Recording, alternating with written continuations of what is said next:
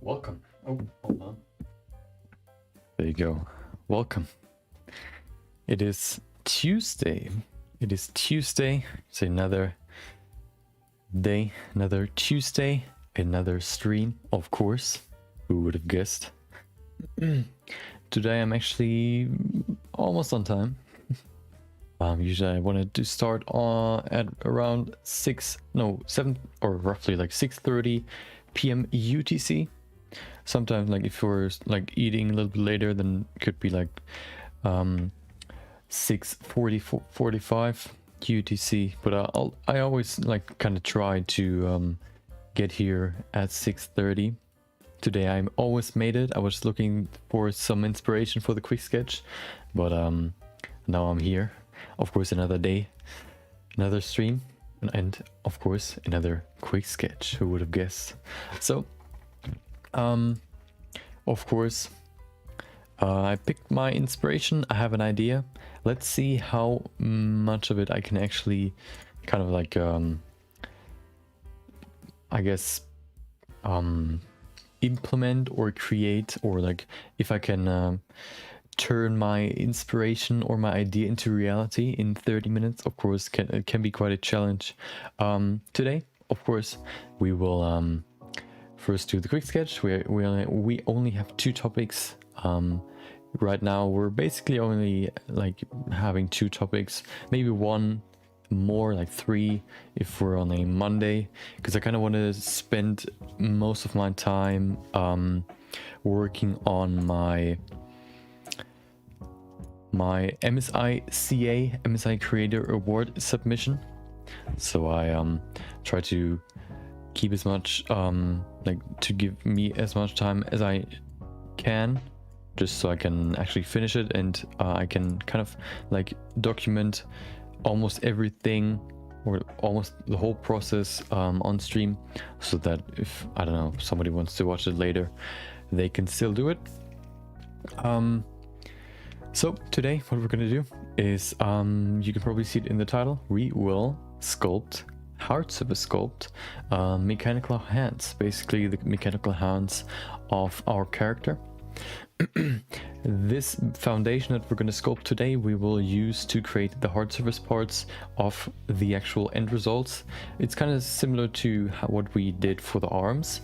I already like kind of laid out a foundation, a base mesh foundation for the fingers, but I think it'll be easier to sculpt the hands first, because they're so delicate and so like intricate and so complex.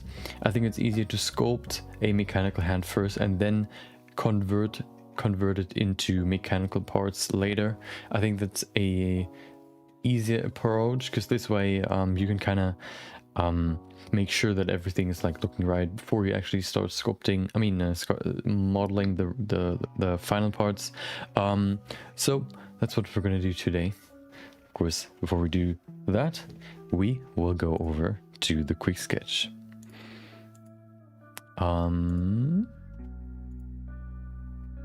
Okay, hold on.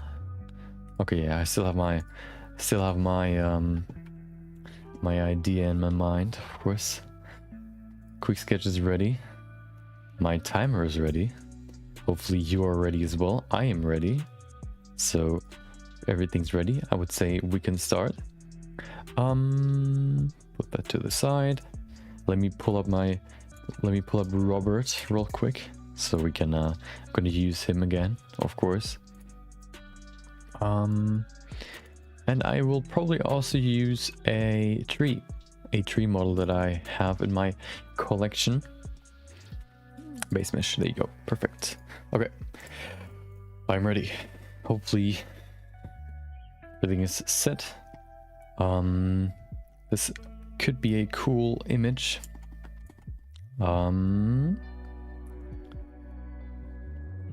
Yeah, okay, so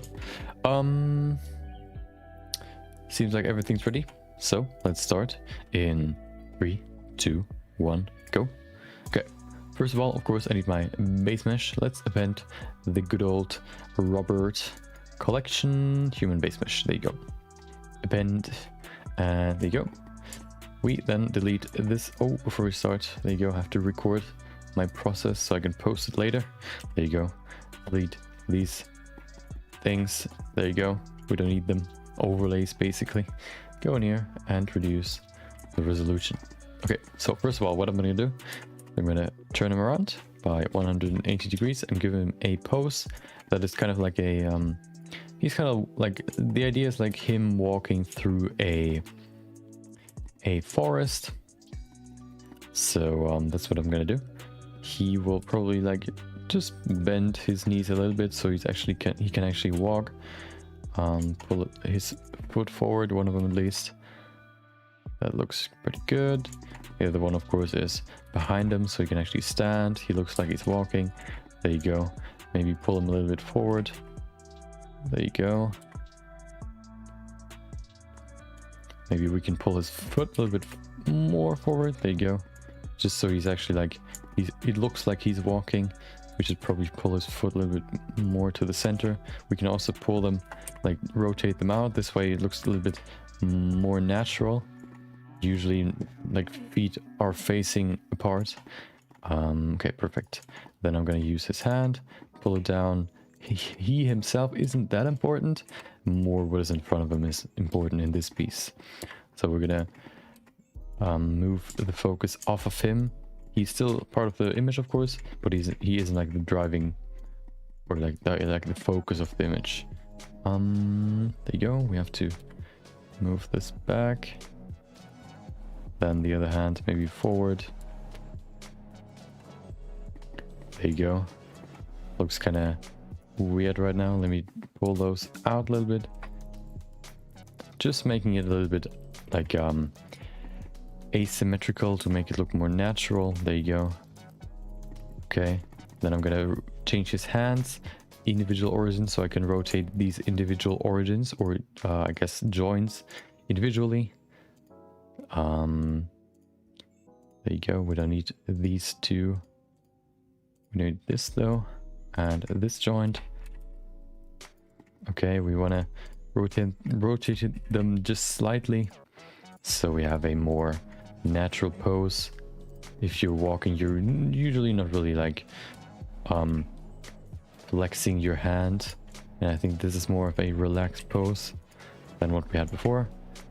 Let's do the other side as well. The other side can probably stay how it is. He's not the focus, so we don't have to pay too much attention to him. Okay, next thing I need is I need this base mesh to be in another folder. Let me move things around real quick. There you go. I need my dude. I don't need his teeth, so we can get rid of those. Pull his teeth out, his tongue as well, his gum. Nobody needs that. Perfect. Then let me just quickly rearrange this stuff in my collections. There you go. Delete. Perfect. Okay. So next up, we need a ground, of course. We need a plane. There you go. Then let's position the camera. Just a rough positioning first. Let me move the focus more back here, and then move the camera closer. There you go, looking pretty good. We want to reduce the focal length so we can see more around him, more of the environment. Put that maybe to 50 millimeters. Looks better now. Pull it lower. Okay, let's pull this higher. There you go. And the camera could probably be a little bit further back so we can still see him fully, but we can see more of the environment around him. Perfect. Okay. There you go. So what I want to use next is a displacement. So we need some subdivisions, of course. Subdivision. We can probably just hit Ctrl 2 to create some subdivisions. We put that to 6 on both, of course, for the render and the viewport. Let's do a displacement. Create a new texture for the displacement. Use clouds. There you go. Maybe change the size. We just want to make this ground a little bit uneven. Doesn't have to be like super crazy. Change the strength. There you go. Just very, very slightly. Perfect. Can we change, do we have something like a color ramp? There you go. Let's see. Oh, that's better. That's way better. Perfect. Oh, perfect. Let me move that over here. So he's like walking on some patch that is pretty like smooth or flat. There you go. Perfect. Okay. So next up, should we reduce the focal length even more? Let's see. What about 30? Pulling it closer. Yeah, I think that's better. Okay. Next up, what I want to do is I want to make this longer. So let me just pull this longer, I guess. Da-da-da.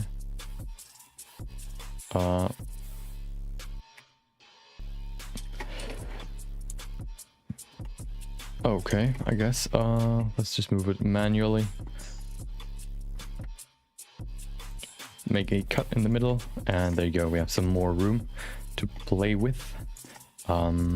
Next part will be to save first, just so we're not losing any progress. I don't want to lose anything. I don't want to lose time at all, so I'll just save as much as I can. Quick sketch day 72. There you go.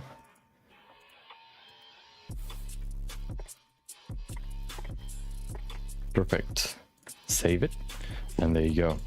Next up, I want to bring in some trees. Oh, first of all, I want to kind of dress him. I want to give him some clothes. So let me see if I can find the quick sketch where I want to grab my stuff from. Wait, where am I? Oh, of course. Blender Cloud. There you go. Projects. I want to grab one of my quick sketches where I'm gonna grab a cape from. Nope, it's not there. There it is. 49. Append. Let's see, what do we have here? I'm not quite sure how I actually just grab a model. I guess, can we just use object? What do we have here? I don't think I named any of it. Bracelet, bracelet, bracelet, bracelet, bracelet. Circle. Hold on, it's not working anymore. Oh no. Oh no. It froze. Whoa, okay. I guess you just close yourself. Let's try again.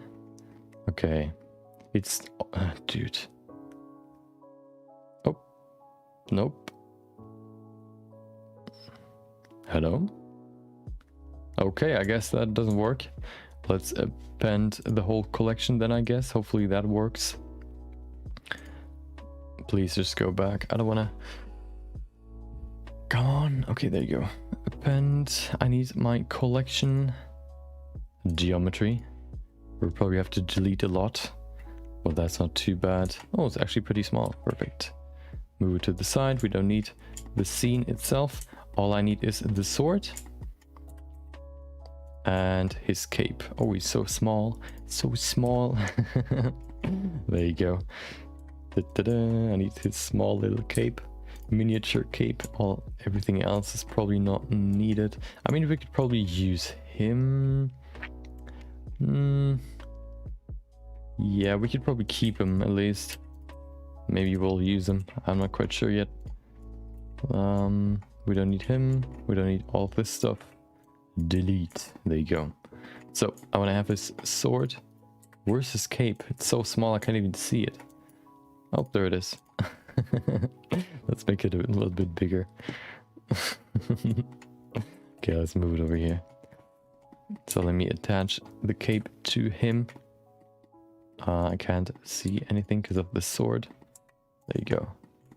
Rotate it down a little bit. Okay.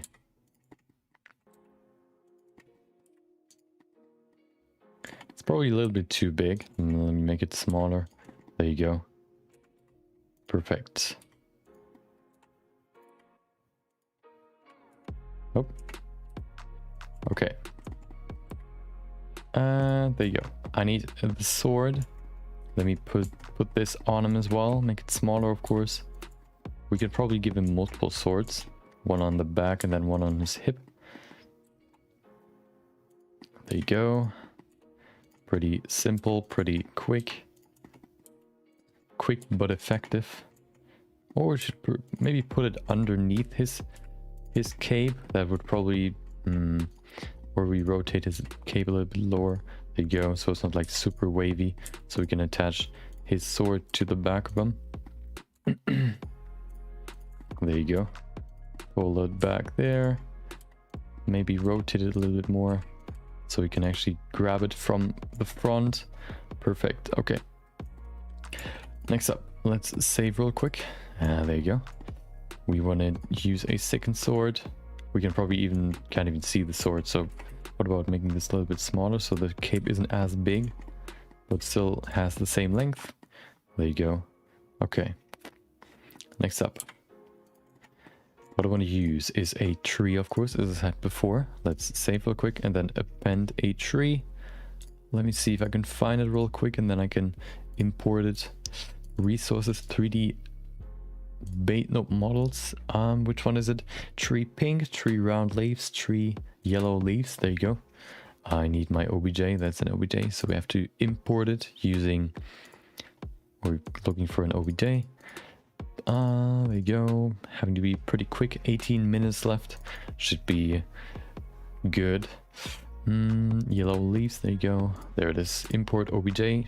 Could take a while because it's so big. Oh, there you go. Oh, it's actually not that big. I think it's, are there multiple or is there just this one? I know that there's one where there are multiple, like a whole collection of trees, but this one's just one. Okay, perfect. Oh wait, that's just a bush. Wait, okay, I guess that's not the one I wanted. Guess we're gonna append another one. Append, import, I mean OBJ. Let's try another one. How about tree pink? Let's see what that looks like. Import. Oh. That's also pretty... I kind of want to have a longer tree. So let's look for something else. Import OBJ. How about... which one was the collection? I think it was like tree round leaves. There you go. Let's see. Takes a while, of course, because it's so big. Okay, my Blender froze, but I think that's quite common when you import like a lot of objects or assets into a scene.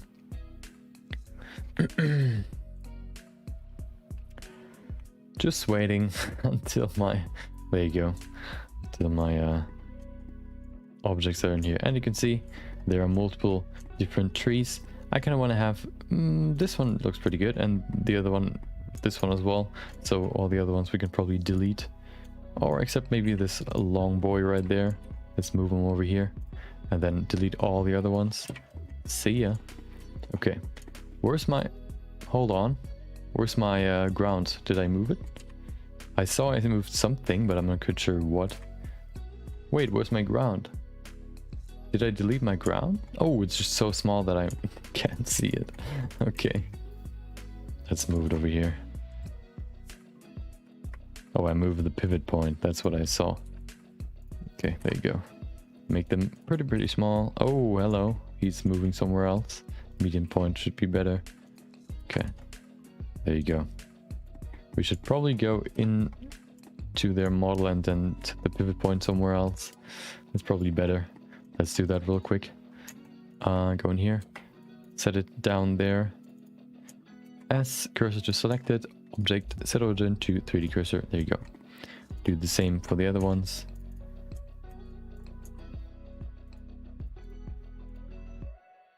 And one more. Oh, he also already has it right there. Okay, perfect. So let's make them first of all smaller. There you go.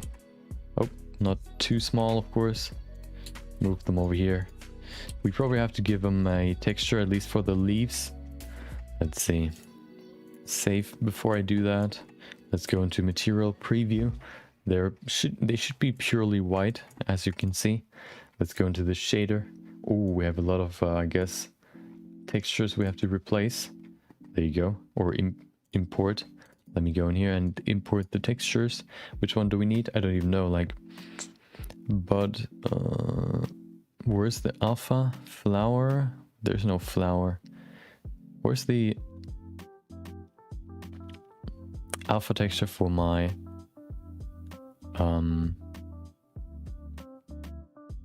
welcome back, Vincente. Hope you had a great day. Hope you enjoyed your day. Working on my quick sketch right now. We're looking through my assets. Okay, this is probably the I'm in the right folder, am I? No, I'm not. Oh, that's why. I have an actually pretty cool idea for this one. Let's see if I can actually like finish it. There you go. Robert's going through a forest, discovering something very interesting. There you go. Textures. Okay, I need, which one do I need? I guess, can we, it isn't even in here. I guess we just use, the single leaf. Which one is it? Alpha. Leaf 3 alpha. There you go. Should be pretty good. We just put the color into the alpha channel or alpha socket. There you go. Now the leaves are in there. We go to rendered view. We can see a nice leafy tree. Well, that rhymed. We need a bark as well. Bark, there you go. We probably don't have to put a texture into the branches. Where's my bark? There you go. What I need, a normal map. Bark, normal. Yeah, that should be pretty good. Okay, perfect. Is that the right one? I guess. There are multiple ones. Branch, NML. Let's use this one. There you go. Robert is going on an adventure. Make this a bump texture. There you go.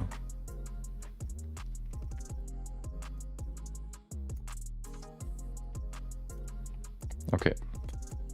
Hopefully, let's see. Oh, we have to go to material preview, and there you go. We have a branch. I mean what is it? A bark texture. Let me now populate this forest. Oh, he'll find something very, very mysterious. We need particles. There you go. Let's put the frame start and end to 1 so we can see the particles. Probably need like 20, I guess, for the first one at least. We go to render as object, and then we select one of the trees. There you go. They're very small trees. We have to rotate them as well. Rotation. Oh, there you go. Perfect. Okay. We need more. So let's make another particle setting. Trees 2. We need 20 again. Rotation. Yep. Object. Instance object. Which one is it? Let's use the second tree. There you go. Where is it? Of course, we have to set the frame start and end to 1. And they're very, very small, of course, because we have to change the scale. And they're right inside the other ones, but we can change the seed so they are somewhere else. Perfect. We need one more. Let's do that real quick. Another particle instance. There you go. Let's use 20 again. Okay, we have 10 minutes left. Let's see if we can finish it. There's probably like 1 or 2 things that I want to put in. Like 1 or 2 more things that I want to put in. Then it should be done, at least in terms of the layout. There you go. Let's change the seed. Perfect. I kind of want to make it denser. It's quite open right now. Let's change the seeds around so we can see more of the trees in the actual image. That's looking pretty good. Tree 2.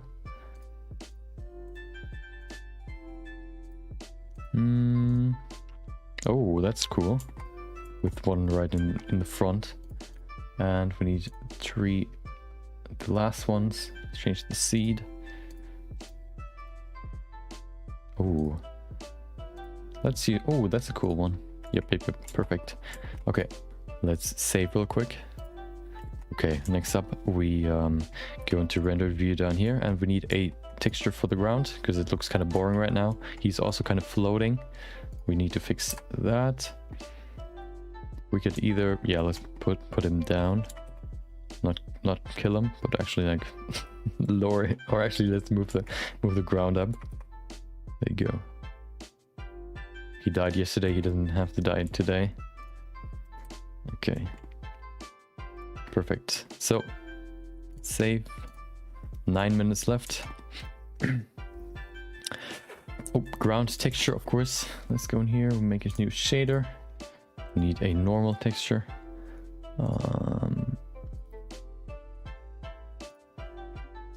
Textures, there you go. I have a nice dry grass texture, which looks pretty neat.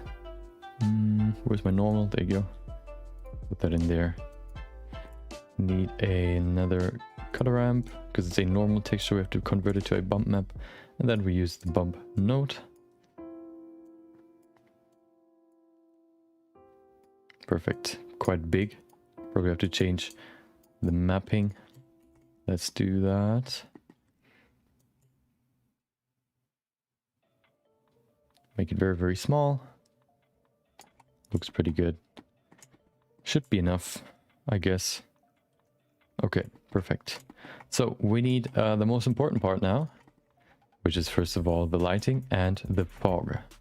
Let's get rid of this image, I mean this light. Then let's bring in some fog. Use a cube. Where's my cube? Oh, it's back there. Oh, okay. Put that to the world origin. 7 minutes. Getting quite intense. There you go.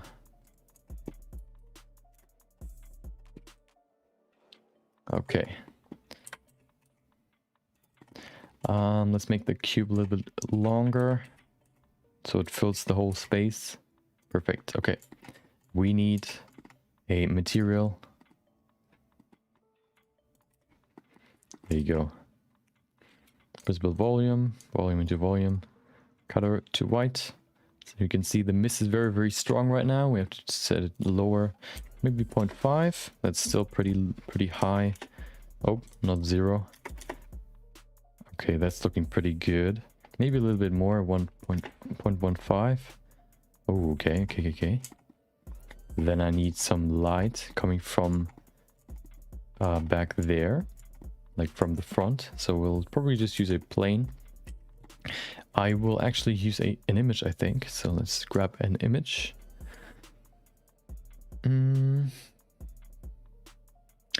Or should we use an HDRI? I don't think an HDRI will really look good, but we can try. We have a few more minutes to try stuff. Then we have to be very clear with what we're gonna do. Let's use this one maybe. That's too white. This one is more like a forest. Okay. You can't really see much. At least you can see him, which is the most important part. I think that's a pretty good lighting. Maybe change the strength to something more like 2.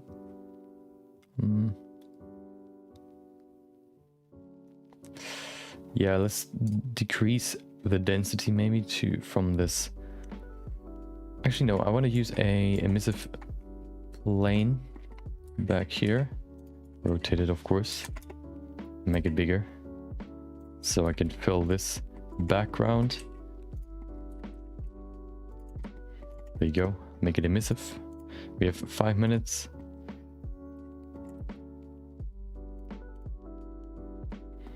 There you go. Make the strength pretty high. Oh, there you go. It's too strong probably. Let's change it, make it lower. Maybe, I guess, 5. How about 5? Still pretty strong. What about 2.5? Okay, that's pretty good. Make it longer so it fills the whole image. And I'm gonna use another dude. There he is. Where is he? He's gone. Oh, there it is. There you go. Make him bigger. Doesn't have to be like right on the ground. He's just supposed to be some sort of silhouette you can see in the distance.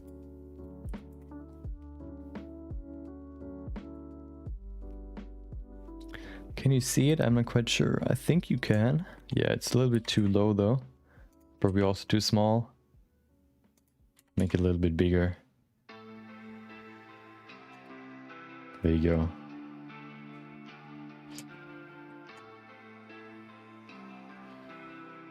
We should probably put in some sort of texture into this plane. Let's see. Otherwise it's just like plain boring white background images. I have some landscapes. Nope, that's a boring landscape. How about skies? There you go. Let's use this one. Okay. Some nice clouds.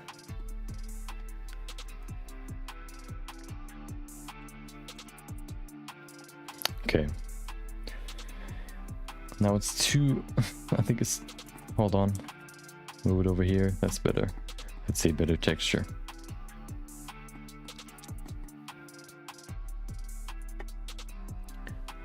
We have 3 more minutes to play around with the settings. Maybe even use another light to accentuate some of these trees. Let's see. Okay, that's pretty weak apparently. Wait, is it? Where's my... Oh, of course. What about removing the HDRI? Oh. Oh, that's pretty interesting. Let's see if we can play around with this. Maybe change the power of this.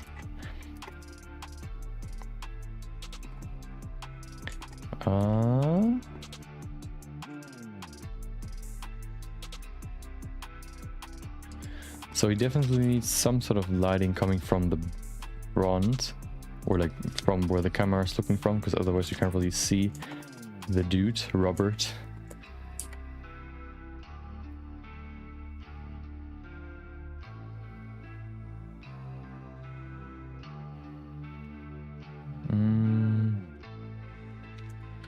Okay. We need one more light. Yeah, maybe, yeah, top lighting could be a good idea. Oh. Let's see. Of course, it can't really penetrate the trees that well, or the leaves. Maybe if we increase the strength. Oh,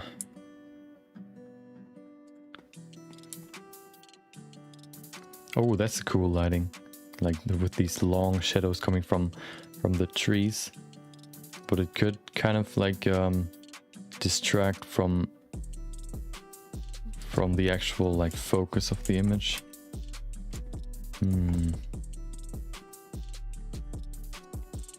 What about bringing back the HDRI? What does that look like? Maybe reduce the strength to something more like 0.1. Just a little bit of lighting could be good. That's probably better. We also have, we can see the end of the image right there. We probably have to move it over a little bit. There you go.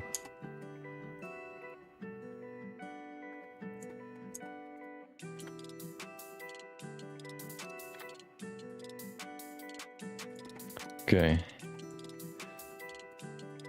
We have 50 seconds left.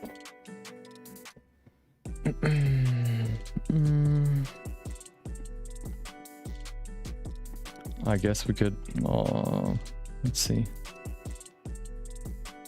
Hold on.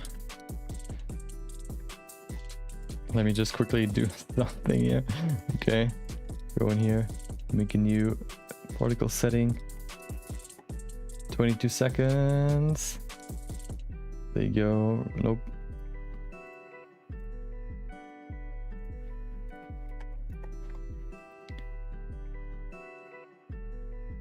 Nine seconds. Rotation. Randomize. There you go. Just to populate the ground a little bit more. Maybe a little bit too big. And then set the number to 5,000. There you go. Okay. We could probably put in some grass as well, but now it's over. There you go.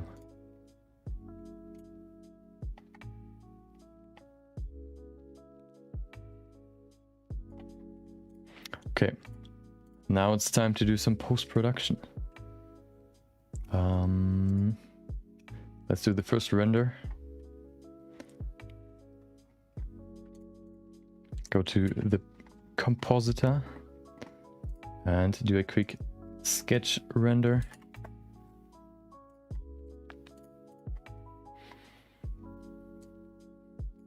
Hopefully the stream isn't dying for this scene. I think it's harder to render the whole scene when it's like when it's super dark. This scene is pretty dark, but maybe, oh, I think we have to make the fog cube a little bit bigger. We can see the border of it. Let's do that real quick and then we're done. Okay, that should be enough.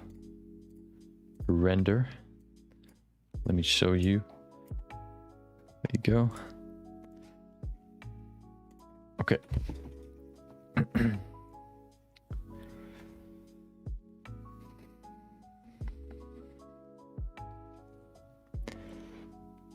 Let me remove the countdown. There you go.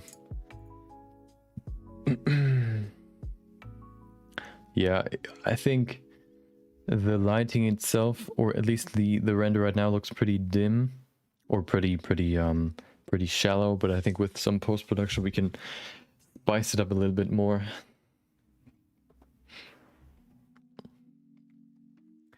Yep, at least it looks like how I imagined it. So that's good. Perfect. Oh, and also the stones kind of just make the ground a little bit more interesting. Perfect. Okay. Oh, hold on. Oh no. There you go. You can see the edge of the the image in the background. Okay, let's do one more render and then we should be good.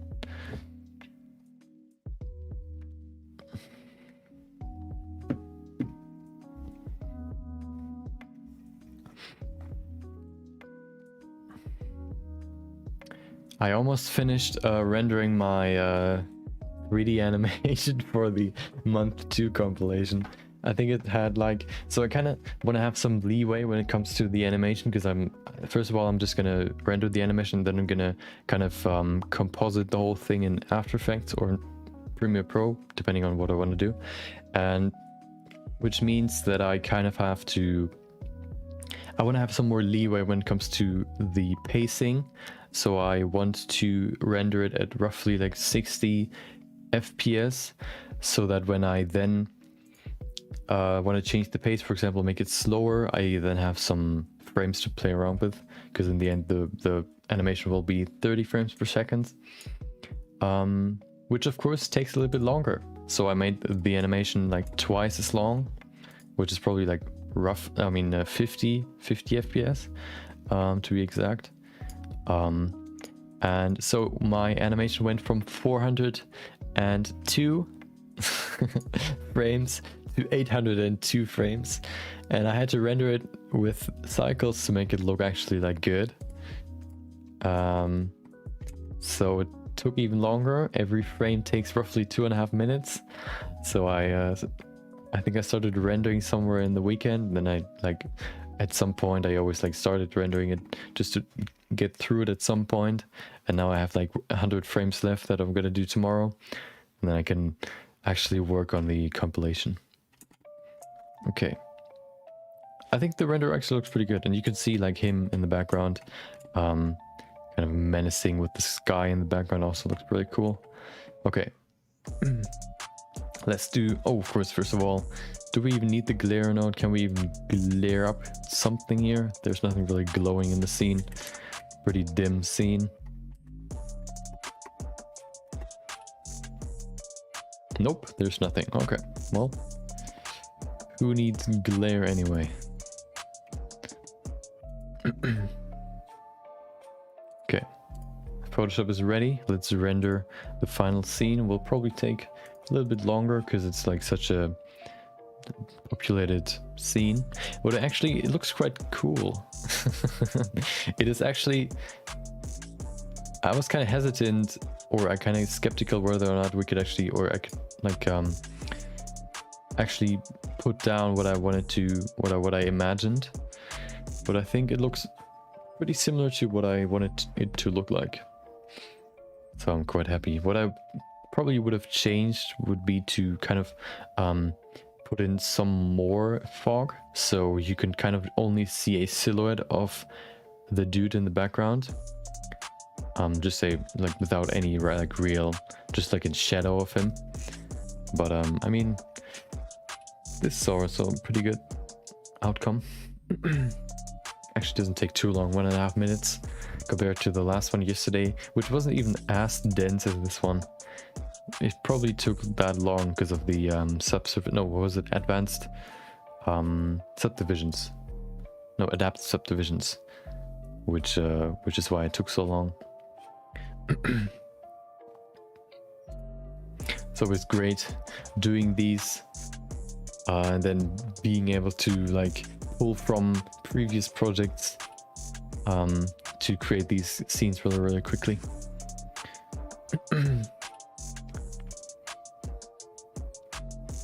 Should probably also at some point kind of like make a small library, not only for my shaders but also for like different models, so I can use them in these quick sketches. For example, the sword that I made,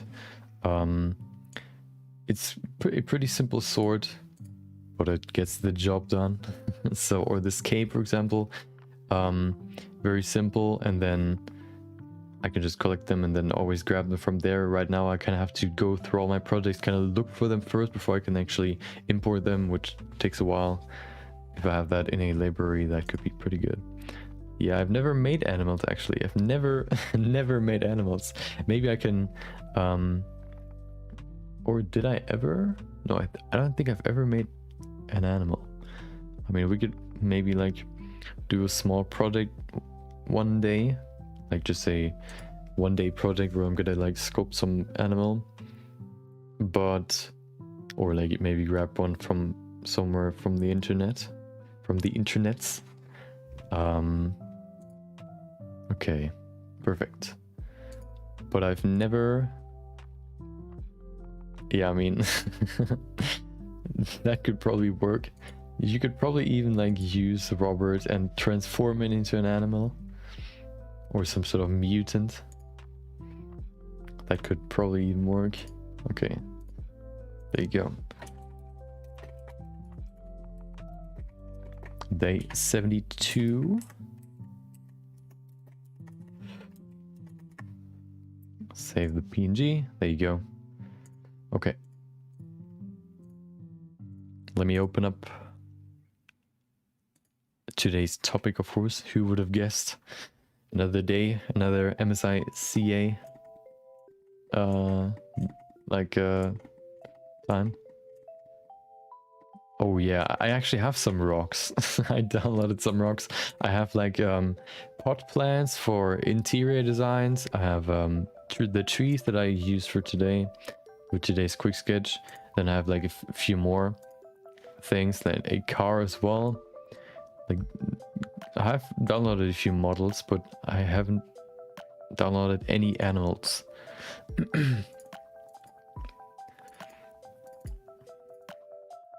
There you go. Okay, let's switch to Photoshop. Perfect. Okay, yeah, rocks. Yeah, I'm kind of interested in what kind of rocks I actually downloaded. I just went through Turbo Squid through the free section and grabbed a few models that kind of looked like interesting or useful, then went from there. But some of them I haven't ever used, so maybe we'll use the rocks tomorrow. I actually also made some rocks, for example, I think 2 weeks ago, where we played around with the geometry nodes, I made some mossy rocks. The only problem is if you kind of want to like create a texture or a material, I kind of want to make like to make it actually like fully importable, you kind of have to change it so that there's no texture that you have to load into it. Make it fully procedural without any image textures, which makes it a little bit harder to actually create realistic looking rocks with materials. Okay, film stock looks pretty good. Let's see, let's look through a few more. Maybe bleach could work. That's bleach, that's a little bit brighter. Looks pretty good. I think bleach and film stock are the two that brighten up the image or bring in the most contrast. The other ones are more like for different moods. There's one where you can turn an image from a daytime image into a nighttime image. Never really tried that. This one, night from day. Maybe it works. I mean, it should work if it's like in there. Let's use either bleach. I kind of like the film stock look. It gives it this I don't know, this filmic look. We would have guessed. We can then maybe fine tune it a little bit with some contrast. Yeah, or rather than using this, we can probably fine tune it better with the selective color correction. There you go. We can turn down the blacks, also the grays, gray tones. There you go. Then bump up the whites. Okay, there aren't really any whites. Okay, I guess. What about going and using some curves?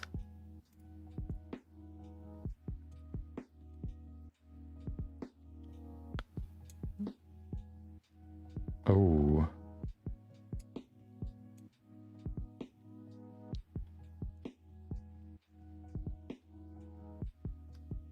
Just playing around with the curves a little bit.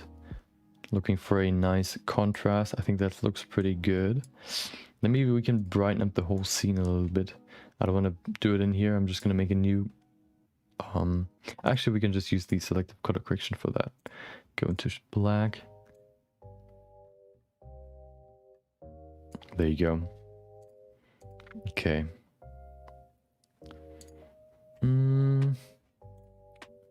Oh, let's switch the color correction from... Oh, it's actually on absolute. Okay.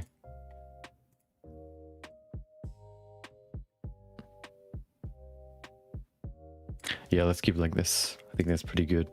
I don't think I can bring in that much more like brightness. Pretty bright already. Maybe this. Oh, okay, well, no, not really. I think that's probably all I can put in there. That looks pretty good. Okay, let me save it, import it, and then upload it, and then we're done. We can go over to today's topic: mechanical arms, hard surface sculpting. I decided to sculpt them first before I actually start modeling the hard surface parts. I think that's easier to then kind of I think it's easier to sculpt it first and then build on top of that. Sculpting is just easier to manipulate when it comes to big shapes and also like smaller details, rather than working with these, I guess, vertices all the time. So I decided to sculpt it first and then switch to hard surface sculpting on top of the sculpt afterwards. Basically the same technique that we've used for the arms. There you go. Okay. Import. Let me switch back to Blenderino. There you go. Perfect. So the scene is already open. Here you can look at her, look her straight into the eyes. He doesn't really have any irises, but whatever. I don't even think the statue has irises. so just perfect. Import that.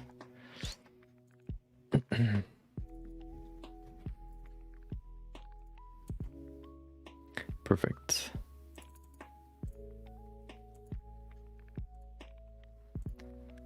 Okay, so of course, as always, I'll try to finish it. Wait, what could... Okay, I have an idea. I was kind of thinking about a name for the quick sketch for the image. I have one. Okay, perfect. Well, let me pull up my references.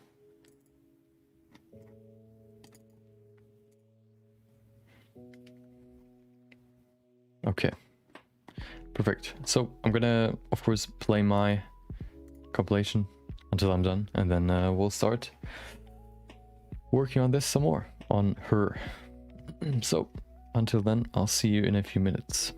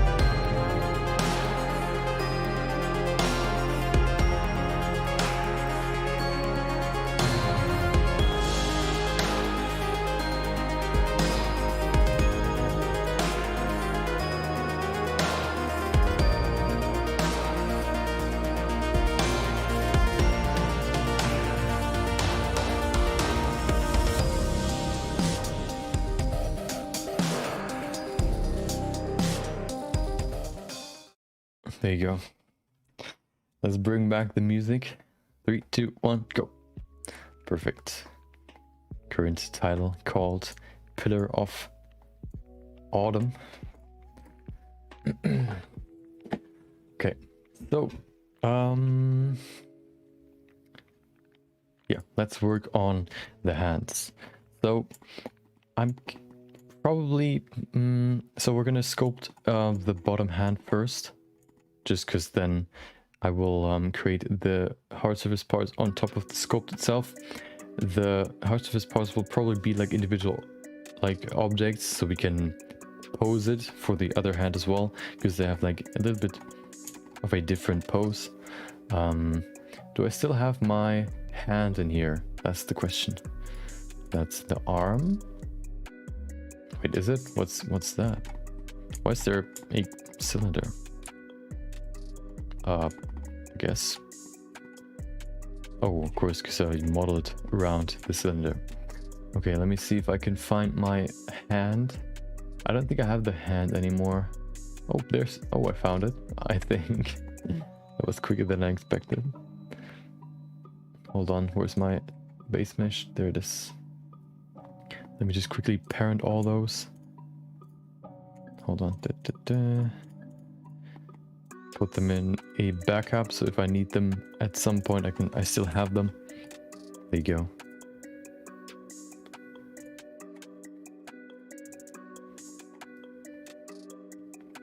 Into the backup. There you go. Where are my fingers? There they are. Perfect. Oh, no, this one. Aha, okay. So, do they have the right length? I think this one is quite long, actually.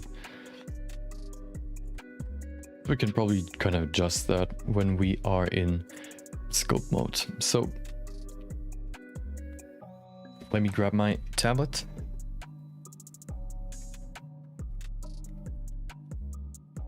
There you go. Okay. We just, before I started the stream, we kind of like a crab.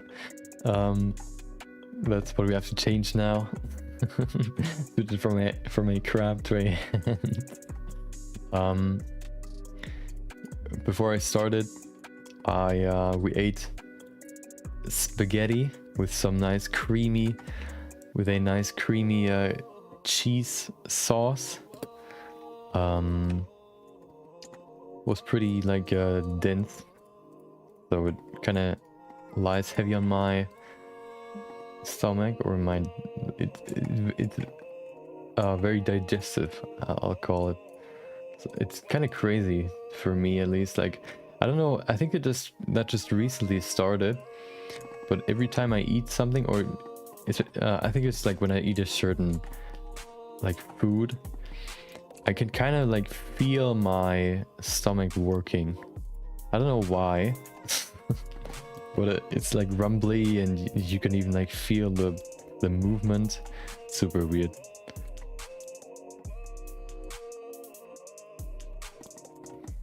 I think it's when I like eat something very like dense in calories, or something like super heavy, I guess.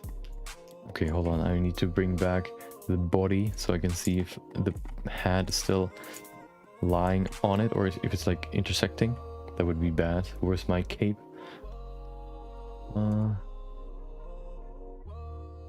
Where's my... There it is, the cloth. Okay. Yeah, it's kind of weird. Usually, like, I was kind of used to when I have these, I guess, bowel movements, then I would have like, I would need to go to the toilet really fast. But now it's like kind of like just normal, which is kind of weird.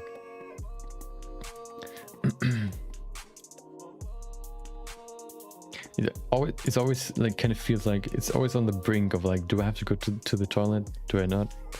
And kind of a weird feeling. Okay, now we can combine these fingers, then we can go into sculpting. That's why I put in the Boolean modifier, not to differentiate, but to unionize. We need a hand union. Yeah, I think for me it just recently started. Oh, welcome, Swamp SpongeBob. Welcome back. Hope you had a great day. Hope you were able to enjoy the Tuesday. Okay. Hope you have a great rest of your day.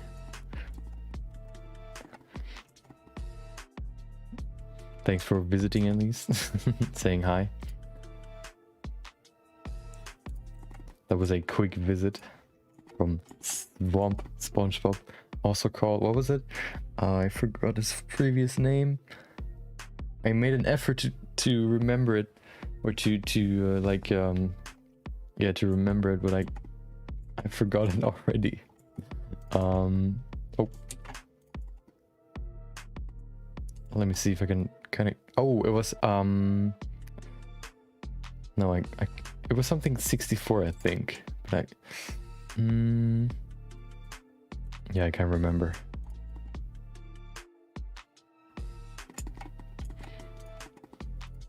Okay, let's bring in the other thingies so we can go into sculpting. Boolean, 2 more. There you go.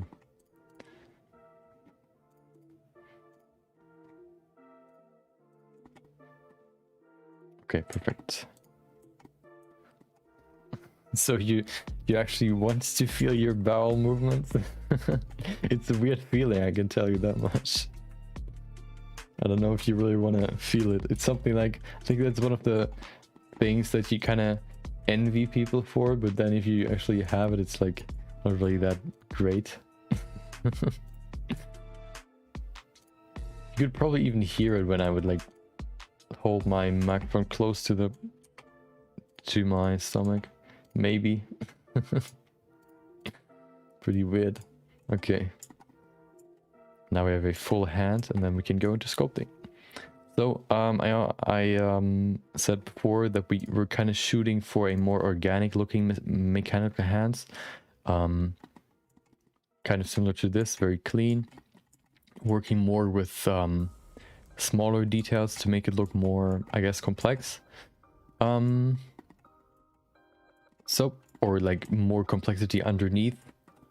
Kind of keeping it close to an actual human silhouette. That's kind of the plan. So I had one very the biggest inspiration probably is this one. Very, very close to a human hand. I think it's from what is it? Human, what is it called? I can't remember. Like AI Detroit. I can't remember what the game is called, but it's from a game. This one looks pretty real. Maybe it's like a model or like a real object, like a statue.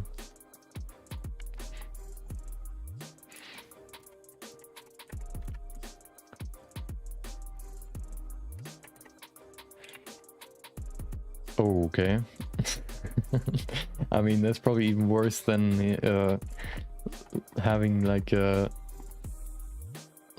feeling your bowel movements. Maybe it's even a good thing to feel it, because then you kind of know that it's, I guess, working.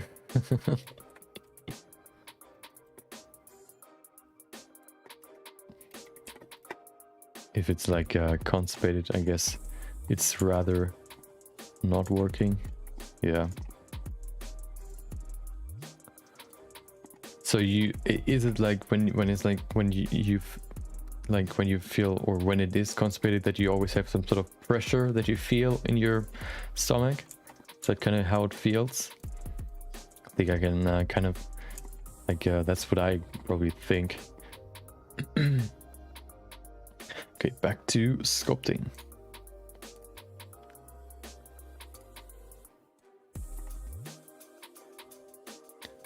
There you go. Okay. Oh, we have to remove the cloth and the body. There you go. So we have to, of course, we need more geometry, more density. Yeah, that must be a pretty bad feeling then. Yeah. Hopefully it gets better at some point. Maybe there's something you can, I guess, maybe change with your diet. I don't know. Maybe there's a way to kind of fix it, or at least relieve it. Too much bread. Too many breadsticks, maybe.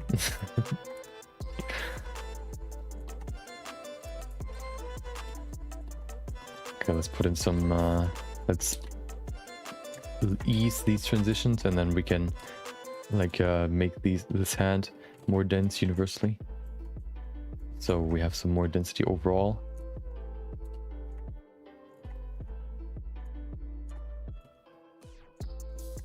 There you go.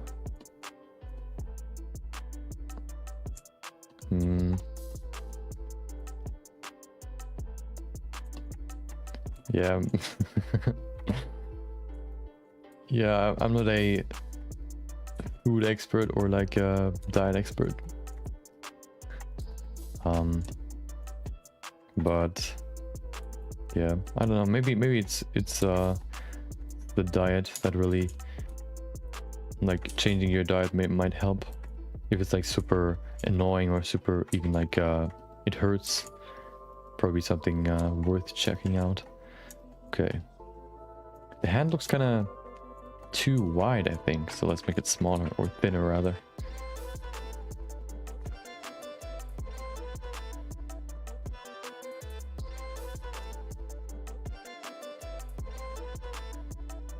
Okay, this finger is way too long. There you go.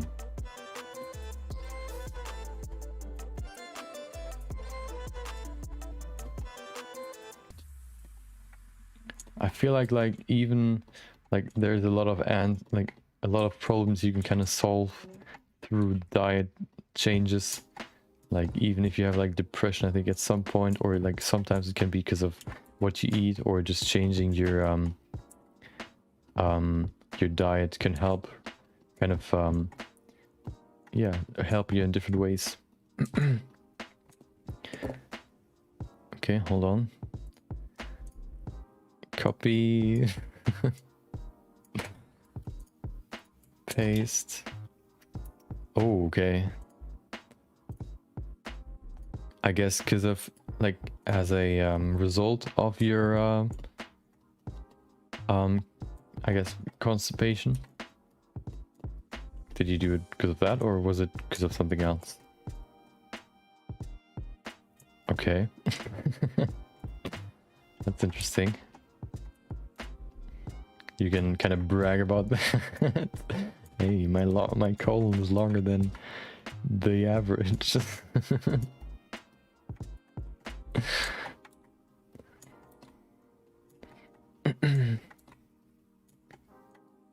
Probably not something you really want to brag about, but I mean, you do you. Maybe.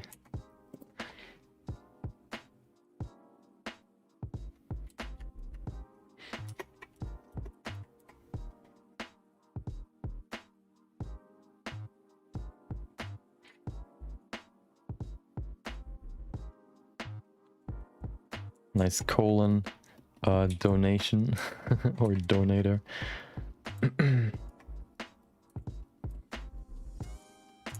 It's kind of a like interesting like topic, like organ donations when you're like being an organ donor. I think it's as like as far as as far as my knowledge goes in that like field, it sounds like it's like something universally good. Everybody should kind of like be an organ donor, at least when they are deceased or like not with us anymore. I mean, yeah, if you kind of donate your organs when you're dead, I don't think there's any downside to them like removing, like using them or donating them to somebody else. I don't have a I'm not a organ donor myself, I haven't like registered myself for it. But as far as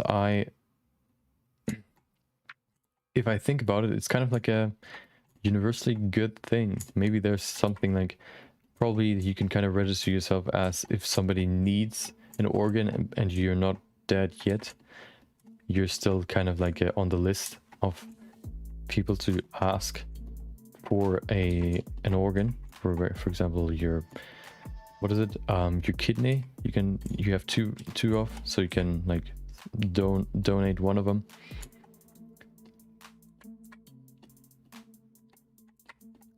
But if you're like dead, then you don't really care about your organs anymore. So why would you like kind of keep them? Maybe some people kind of think that, like, I guess, separating your body, or like, I don't know, like, cutting up your body kind of defeats the spirit inside you or something.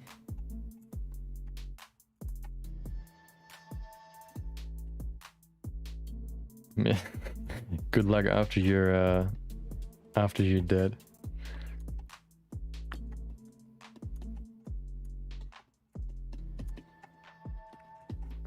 Yeah, maybe it's like one of those topics that kind of, I think it's like one of those things that kind of is super important, but nobody really talks about, and it never gets mentioned somewhere. I've never seen, probably, maybe I've seen like an ad once for a organ donation, like an organ donation ad, or like register yourself as an organ donor. Do it now. And you get like, or even like what is it, donating your blood. Never done that before, but I don't know, like, not really a deficit for yourself, but you're gonna help so many people just through I think you can do it like every month, and they even give you money, I think. Just because you give them your blood.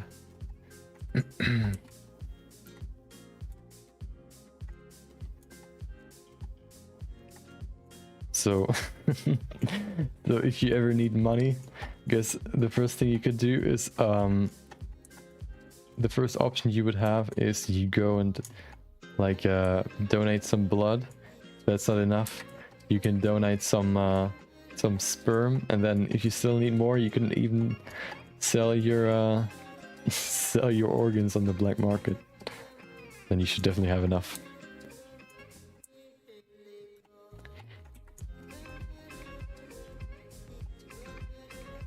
I need a reference for this hand. This hand looks hideous. Hold on, I can't really use my own hand. I want to have a more feminine hand. My hand is too, I don't know, not feminine enough. Oh, cookies. I mean, it's also a nice thing to get.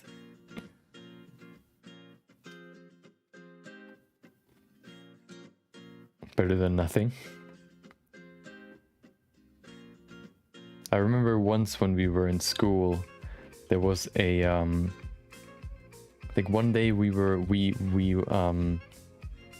could like donate some blood, but I didn't do it. I don't know, I was scared. I'm not really that scared like of needles, but I don't know, I probably was just too lazy, I guess.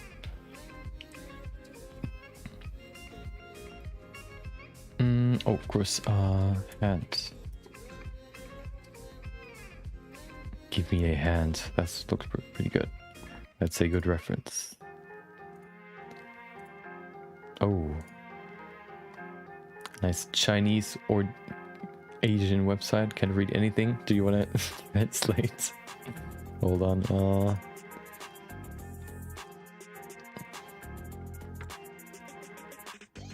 I remember back in the day when there was no Monster Hunter on the PC, there was a Monster Hunter MMORPG that you could download, but the only translation that was available was I think it was like Korean or Chinese. I can't really remember. So what kind of like happened was that, for a time at least, there was like no English translation.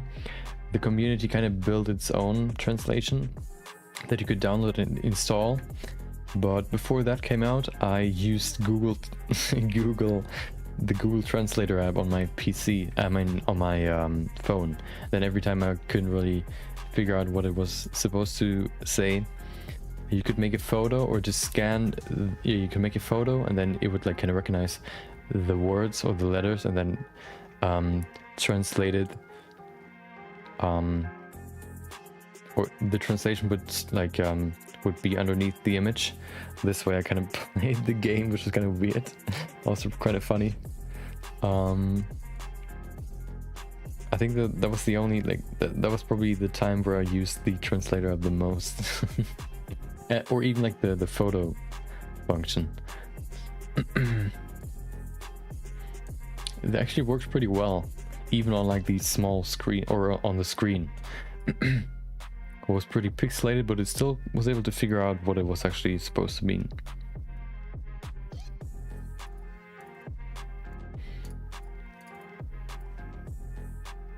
Okay.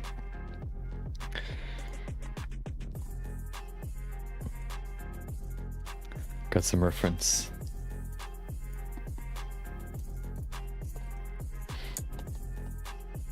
So let me go in here with some very strong brush so I can make big changes really fast. I select the wrong brush. Okay, perfect. So first of all, let me adjust the overall structure. So we already have a plot problem right here.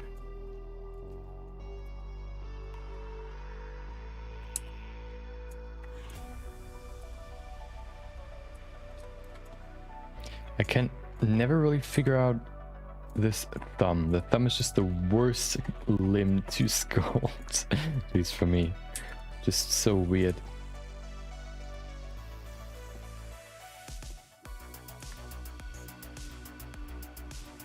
Such a weird finger. It has this certain rotation to it, which is so hard to really like to really like nail. And then the overall shape where the joints are is also super weird. Okay.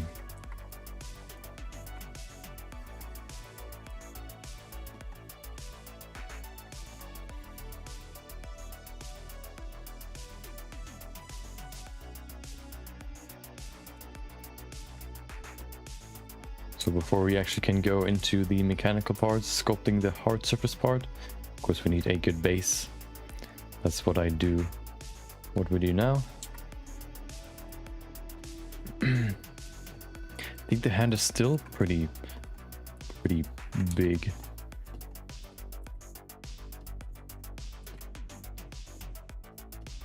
The thumb is also pretty short.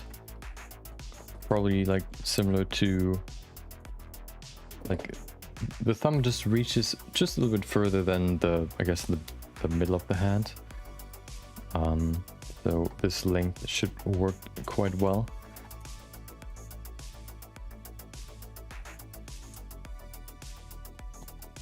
Okay. You know, I did 30 days or 30 sculpts of hands last year, 30 sculpts in 30 days. And I still can't really sculpt good hands. Hands are just so weird.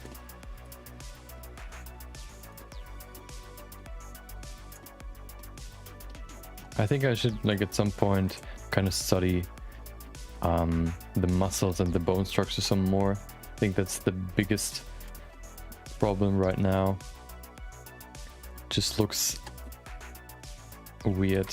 I think I still haven't gotten the aha moment when it comes to hands. Usually when I look at muscles and bone structure and all that, I kind of understand how it works together, and I can then kind of understand how you have to sculpt it. But I haven't really gotten that with hands yet. Probably have to look at some anatomical reference some more. Study it some more.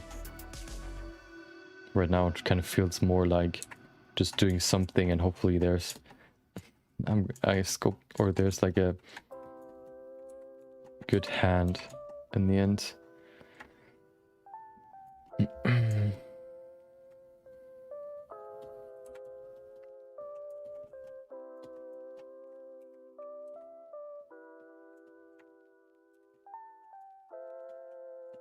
Okay. Looks kind of weird. Okay.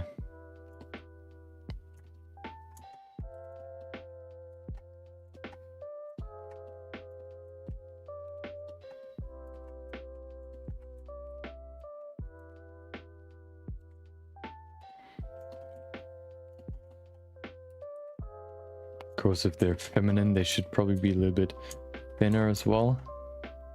Not like super bulky hands. The thumb is also pretty long.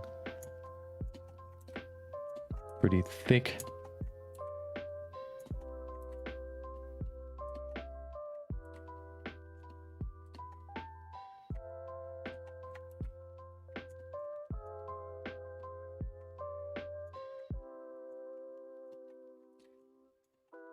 Okay. I just recently remembered back in the day, I think in 6th grade I started, I think in 6th grade at least I started playing Minecraft. A friend started, or like showed me the game, and then kind of took over my life. Played it probably every day for, I don't know, like 2 years. And I remember in the beginning, I played together with either like together with him, or I had my own world, like single player world.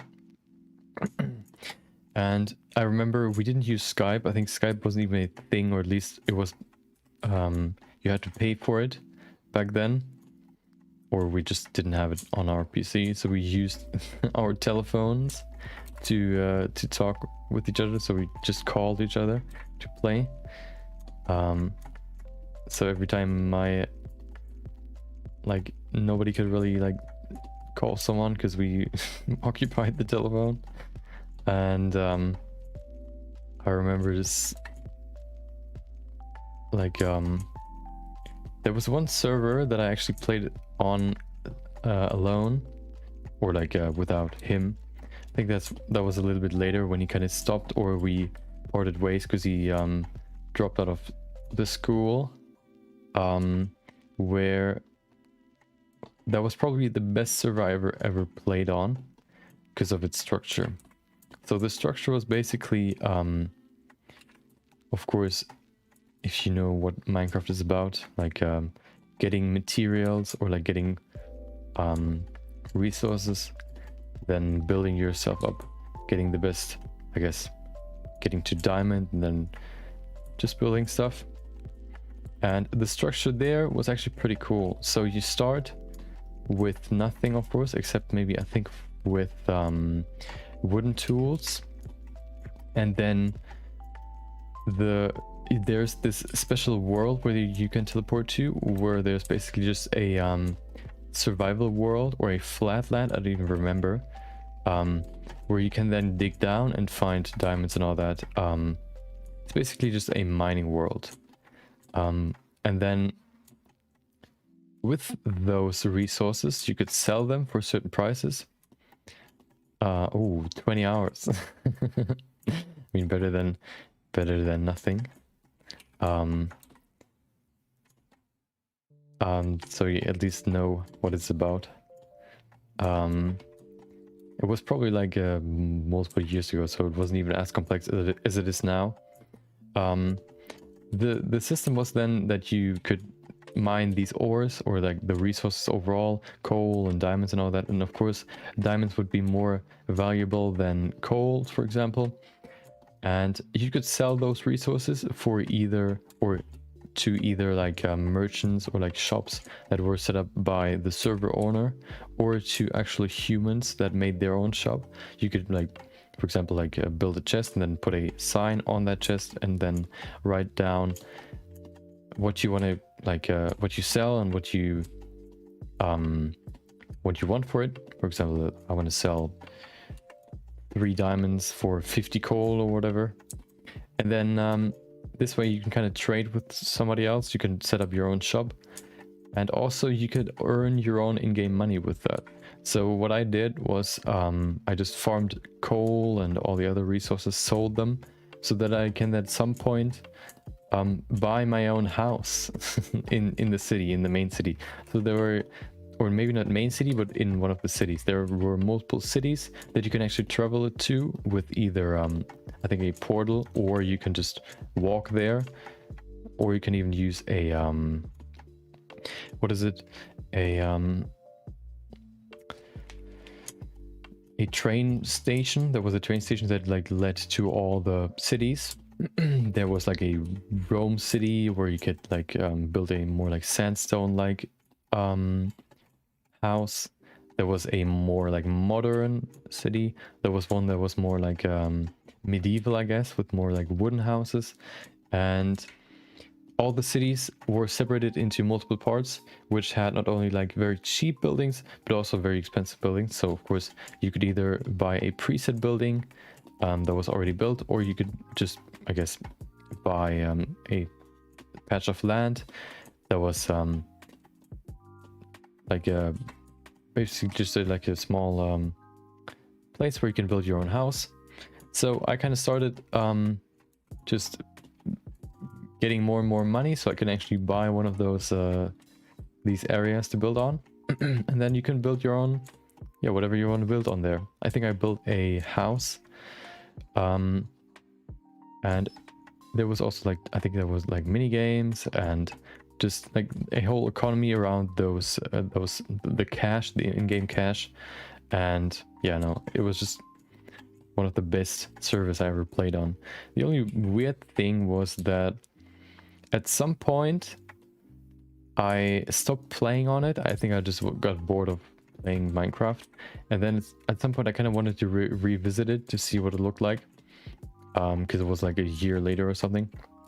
So I went back in there, and it kind of I don't know, maybe the owner changed, or I don't know what happened, but the whole server changed to a whole minigame server. I think the only game that you could really play on there was Cops and Robbers, where one team or a few people become robbers and the other one will become cops. So the first one the cops have to chase the robbers, and also I think hide and seek, which was a complete change to the current setup, or to the previous setup, which was kind of weird because it was like a whole different concept of a server, which also was kind of inferior because it was like such a different like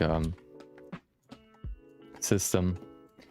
So I kind of missed it actually when I went back in there, like, oh, that's it, you can only like go in there and like, I don't know, rob the store and then run away from cops, I guess. That was kind of sad, but I still have like fond memories of the previous state. Me like going through the cities, looking at all the houses. Oh, this one's like, I don't know, 3,000 whatever mine coins or whatever.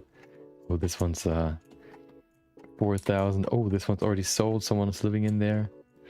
And then at some point, like getting more and more money to buy your own, and then being able to freely customize your house or build your own house was actually pretty cool.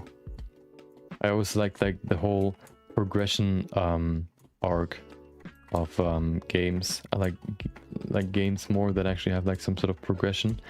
That's why I kind of I don't like playing I guess like competitive games as much, at least solo games like I don't know, League of Legends or CSGO or Valorant, whatever, because there isn't really like a good progression except for like your skill progression.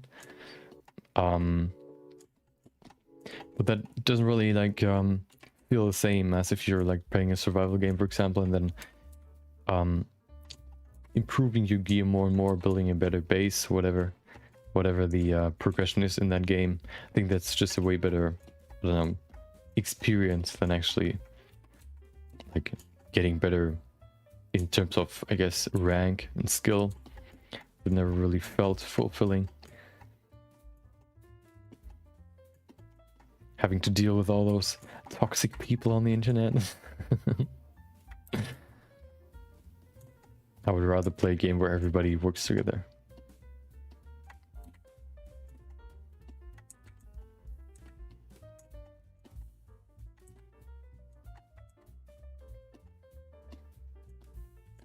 Okay, I think the hand is a bit too thick, so let's reduce that thickness. Looks definitely better than before. So I think we need some more resolution to actually put in some detail. I think also the thumb looks kind of scuffed. It's kind of rotated, I think. So we have to rotate it back into its original shape. Or into the original position. It's kind of dislocated right now. Let's bring it back. There you go.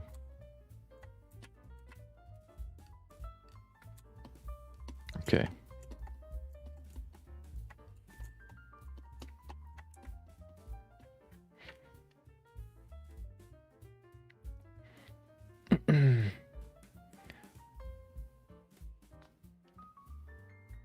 Yeah, I think.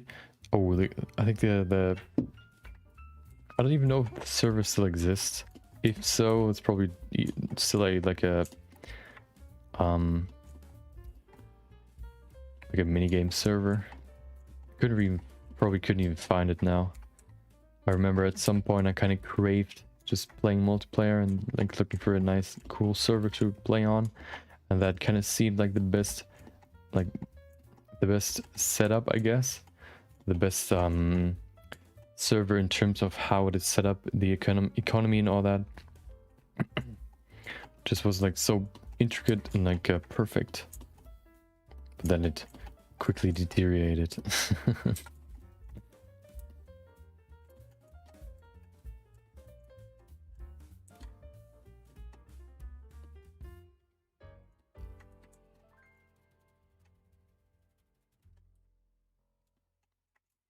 Okay, so let's see. Are the fingers too long? No, I think they look pretty good. They're too round, I think. Let's make them a little bit sharper. Or pointier.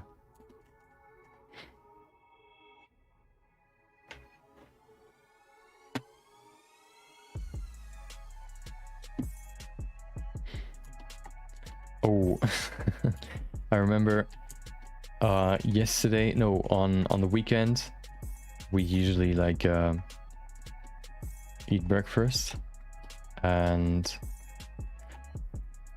my dad, or usually we have some of course like buns or bread, whatever that we eat, and also some like vegetables cut up, basically like finger food, and one of the peppers kind of like tasted like wet earth. My dad kind of said like, oh, the pepper kind of tastes like I don't know, mud or whatever, or like wet earth. And then I kind of said like, yeah, that's probably mold. And you can kind of guess how I kind of got that idea, like how I know that how a mold tastes. I remember, oh, there were actually two kind of situations. One where I almost tasted like a huge amount of mold, then the other one where I actually tasted a little bit of it. The first one was like I usually like use toast, or like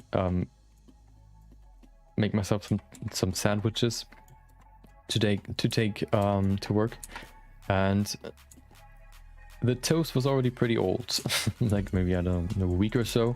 And if it's like laying around for too long, there are these very, very small dots of mold that kind of like develop,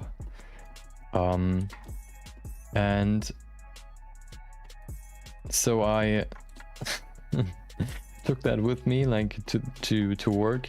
Of course, I'm not really paying attention, I'm just snacking the sandwiches, and at some point I kind of get this taste of wet earth, like it tastes how wet earth smells like. I'm not saying I know what earth tastes like, but it smelled like wet earth. So if you want to, for example, if you water your garden, for example, or if you go through the woods and it was raining before, that's kind of how it tasted like. So super earthy, super, yeah, basically like wet earth. I looked back at my sandwich and there were like these small green dots all over, and I knew, oh no, time to throw away those sandwiches. And and then the other one was actually pretty like unpredictable actually. So usually if you like buy peaches, you hold on, no, hold on, it's not a peach, it's a, what, isn't there a, hold on, I have to look up, isn't that what the fruit is called even in, yeah, okay, apparently Google doesn't know what that word means in German, I guess.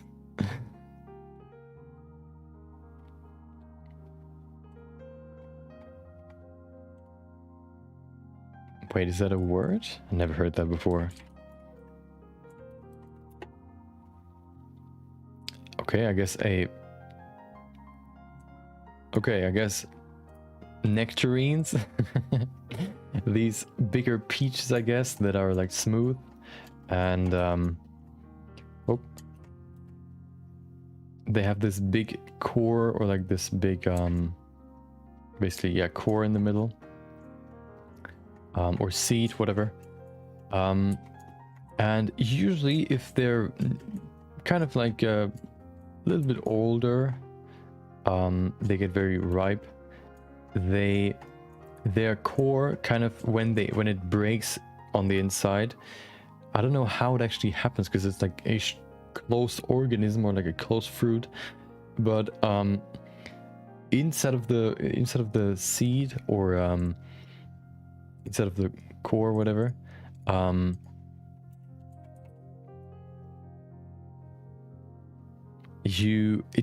it can happen that there's like a mold developing, like kind of devouring the seed itself.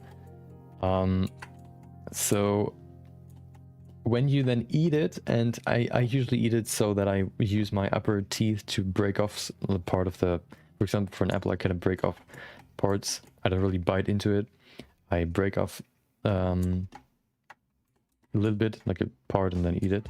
I would kind of bite into it, and you would kind of like rip some fruit flesh, I guess, off of it, and then it would also take part of the core with it, or the shell of the seed, whatever, and you could then like see through and see to the inside of the core, or the shell, whatever, and you can see like this huge amount of mold in there. Which is so disgusting. Just like this huge amount of this huge full bush basically growing in there. And you're just so close to like actually eating it. And I wonder if that mold actually gets through the shell to the actual fruit around it.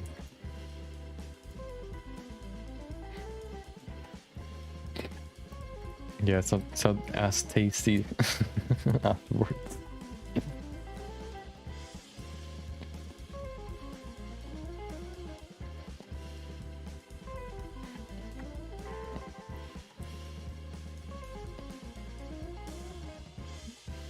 But they're too tasty to not eat them, so I kind of gamble. Every nectarine is a another loot box. Whether or not I get some mold, or whether I don't get some mold. I'll take it. It's too tasty. Too sweet.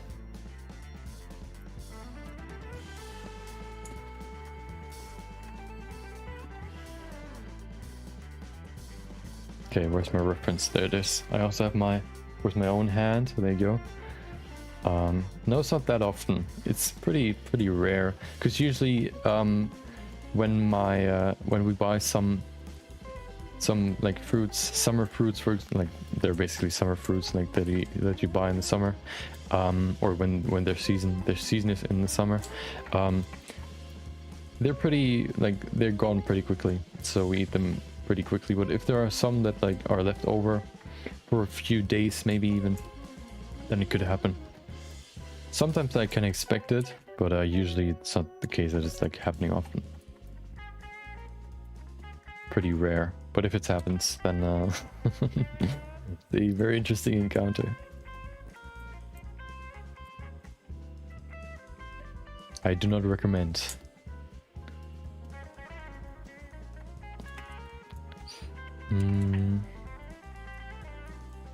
Okay. Wait, what? What's going on? Is my power set to negative? No, it's not.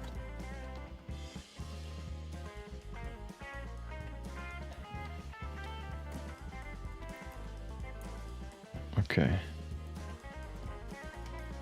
At least now I know what mold tastes like, so if I ever like get some food in some restaurant, I at least know that I'm never gonna eat there again.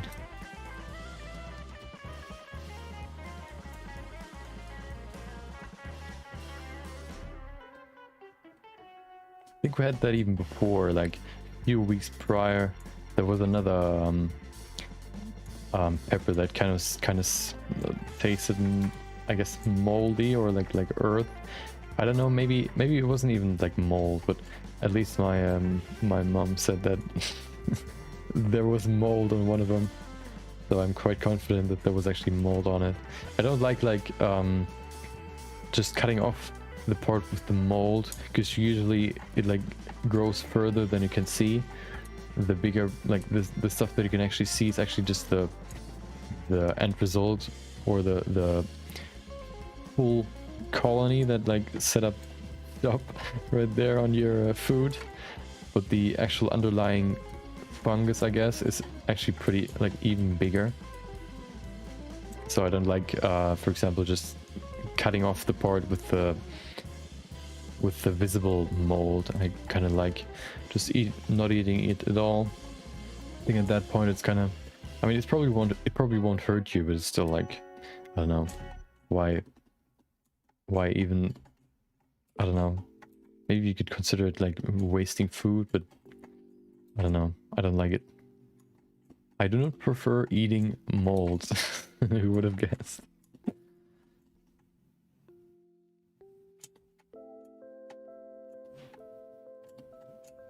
Okay, I think the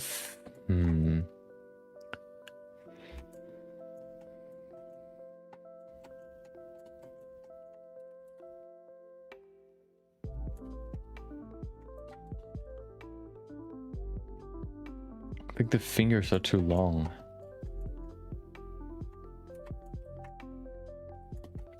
Time to change that.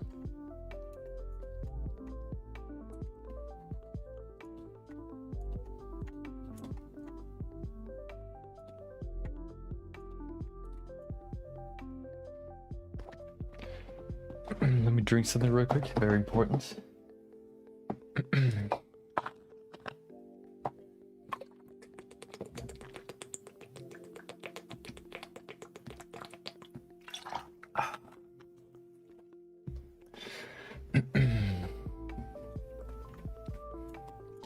Okay.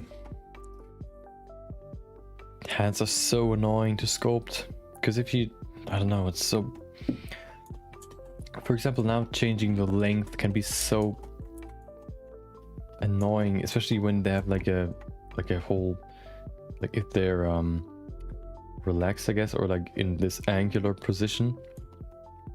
Moving it around is so annoying. Yeah, that's probably better.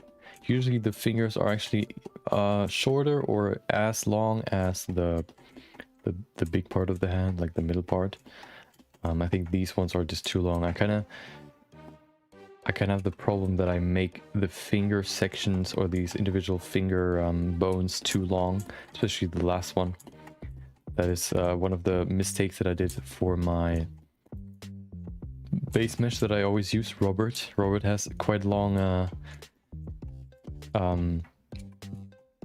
I I guess, end finger bones.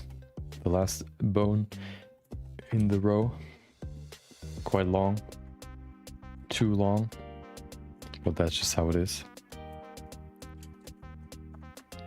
He can also not really move his shoulders. They're quite reliant on the arm movement. They only react, they can't act themselves. That's also one thing I would probably change if I'm gonna make another base mesh at some point, or at least another rig. But the process for making a rig is just such a long process that I kind of don't want to make another one.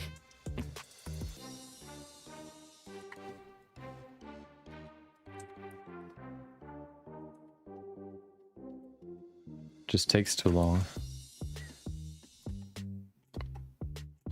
I mean, I would probably be faster now that I kind of know how the workflow like works, but still takes a long time, because I would not only have to like, I would have to sculpt the whole new character, then do the rig topology, basically setting up good topology to use for the deformations of the rig, the bones basically, and then also like setting up the whole rig. I could probably use the rig I have right now, but I would have to change it a little bit, change it up, improve it, and then you kind of have to basically individually tell every single vertice, like every single point in at least you would have to how would you call it, like you would have to tell every single limb in your model which bone to follow, and if you have like multiple bones for multiple or for individual bones, that can get quite tedious, especially if you like working with not only deforming it how the bones would deform, but also kind of trying to respect the muscle movement as well. For example, if you like if you angle your feet, of course you're to do that, the one of your muscles in your leg gets activated to pull your lower leg upwards, which means that it gets shorter and the volume kind of shifts a little bit further back to the butt, which I kind of tried to respect in my rig. So that means I do not only have two bones for the thigh and the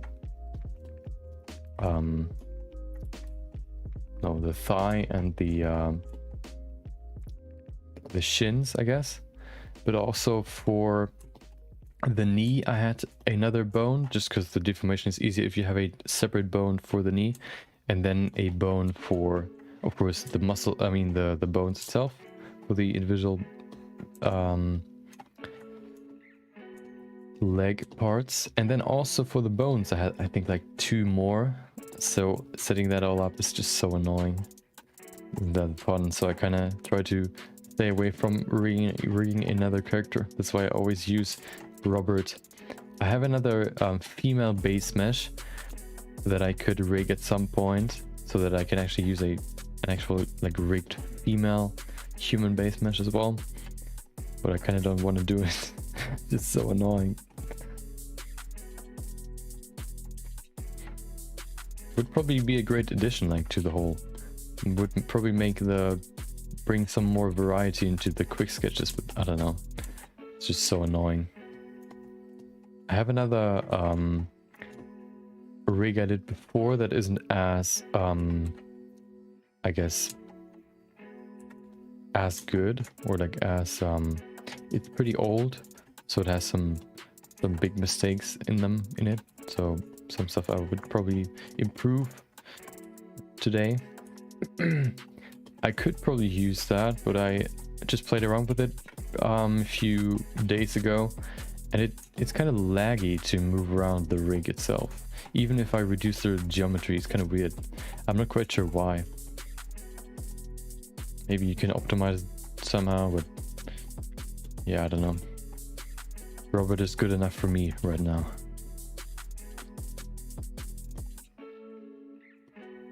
I don't need a Roberta right now.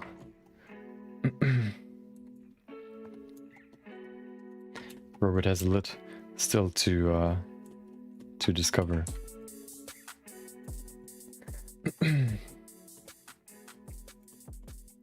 Okay, we're definitely getting there. I think, oh, I think they're still too long. Maybe the hand overall is too long.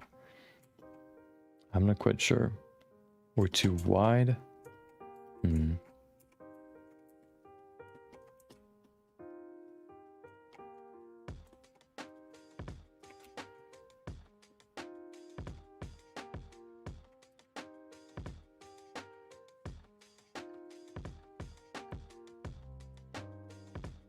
Okay.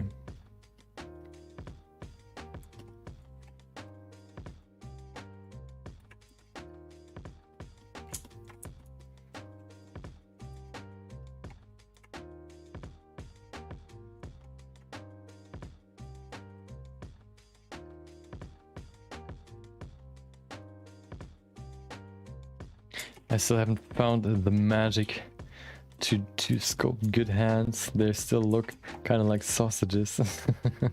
Maybe I just need more detail. I sculpted a hand before that looked pretty good, but I don't know, it's always like a weird process. Maybe usually I stop when the hands are in the ugly phase. That is usually also happens when you do likeness sculpts or character sculpts overall. There's a certain time where your sculpt looks like a, I don't know, handsome Squidward, for example. Although it's supposed to be a female, for example. You just kind of have to work on it some more until you kind of reach a point where it actually looks like a decent human. I'm not saying handsome Squidward isn't a decent human, but looks more how you want it to look like. I think I kind of got over the handsome Squidward, I guess, curse with my sculpts. The previous two that I did kind of looked pretty decent from the beginning. That is kind of the secret of likeness sculpting. If you can see the character or the human that you sculpt right from the beginning, that is a good sign that it's going to look good in the end.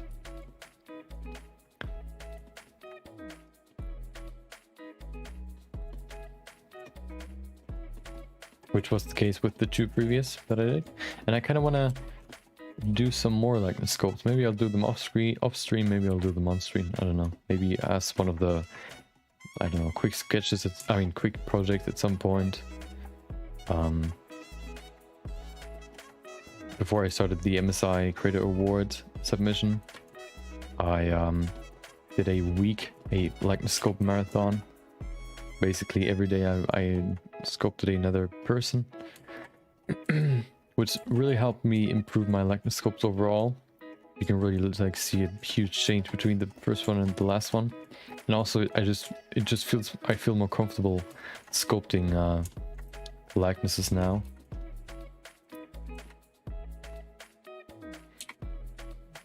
And I kind of don't want to lose that, so I kind of want to do a few more maybe on the weekend, just to keep that comfortableness, I guess, because I really like likeness sculpting. I don't really know why, but I just like it. I guess I did some sort of likeness sculpting for the MSI CA, but it doesn't really feel like, you can't really go into too much detail, and the sculpt itself is pretty simple in its structure, so there's really like this challenge of making it like look alike. The challenge is more to create something original, which is also fun, but I don't know. Likeness sculpting has always been a kind of favorite of mine. I never really went into a lot of detail when it comes to, for example, wrinkles or pores. I stayed, or at least right now I kind of stay in the mid levels, kind of focusing on the broader wrinkles and of course the face structure itself, not really focusing on stuff like pores or like very, very small wrinkles. I think that's also like not really a good, like a very good thing you can do in Blender. You can probably do it to a certain degree. I did it before with texture painting, basically just drawing the wrinkles on a texture and then using that texture as a bump map to put in the pores. But it's not as, it doesn't feel as natural or as organic. If you, for example, use ZBrush, you can basically just work in the sculpt mode. But I like ZBrush is basically a dedicated sculpt program. So of course you can just sculpt your pores onto the character, which just, I don't know, feels a little bit more natural, at least from what I saw. You can probably go into quite a lot of detail in Blender as well, but at some point it's just so small that it kind of gets laggy, which kind of defeats the purpose of, like, if it's not like if it's laggy, then it kind of, it's annoying to work with, so why would you even work on it? Kind of defeats the whole purpose.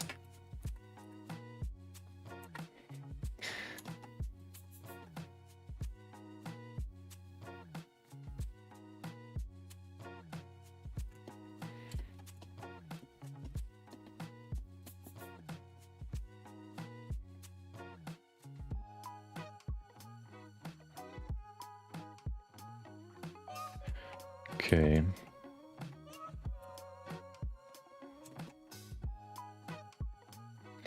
Yeah, I think the part where I'm least, I guess, comfortable with in terms of anatomy is probably the forearm and the hand. There are just so many small muscles that affect the movement of the hand and the arm itself that you have to kind of learn, that I still haven't done yet, but I'm quite like uncomfortable, or like at least not comfortable enough like sculpting. I do something and it looks kind of okay, but I don't feel like fully I don't know, confident that it's like that it looks good.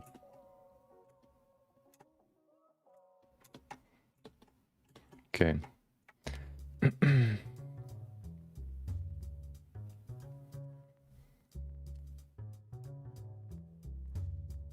Oh,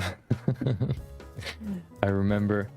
Did you have that before when you like watch a YouTube video or you look through your recommended page, and then you discover a video that you want to watch, and while you scroll down to that video to click on it, you see another video that you want to watch, but you already clicked on, like, you clicked on the first video, so you go to the next page, and then you kind of want to like save that second video in your, like, I don't know, for later playlist.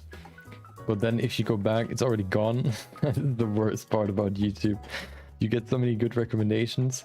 Usually what I do, I put them into my watch later playlist, but then sometimes you kind of like just like fly through all the recommended videos. You see a good one, you click on it, and then you see another one like in the corner of your eye, and then, oh no, I want to watch that as well.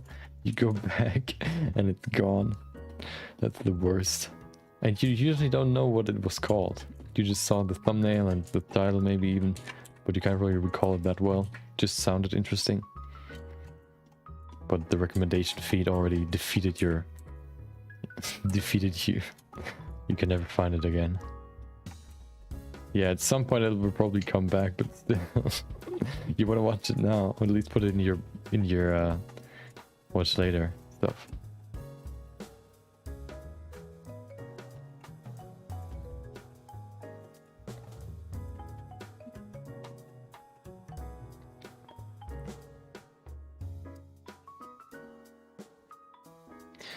I don't know if it's the angle, but the hand just looks so weird. Maybe it's too long, actually. Let's see if I can maybe move it closer. I think that's kind of the problem here. Sometimes you can't really figure out what actually the problem is, but it's there and you can't really get rid of it. You can't unsee it. It's a, what was it? A universal truth that you try to ignore but you can't.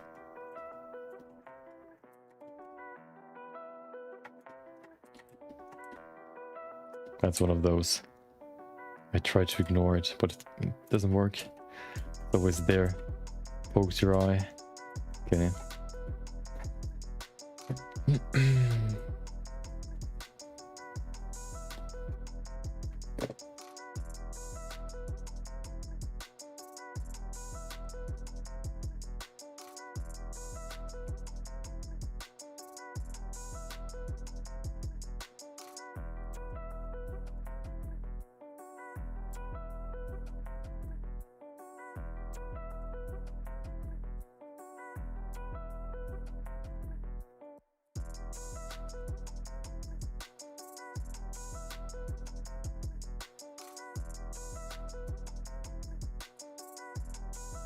The worst part is that I usually have more videos in my watch later playlist that I can actually watch.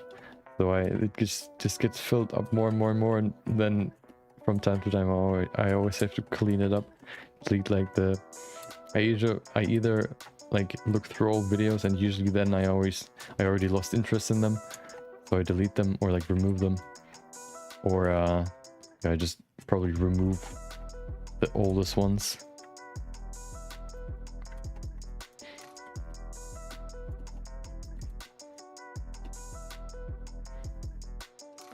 Oh my god. I usually try to keep it below 100. 2000. Do you delete them when you've watched them?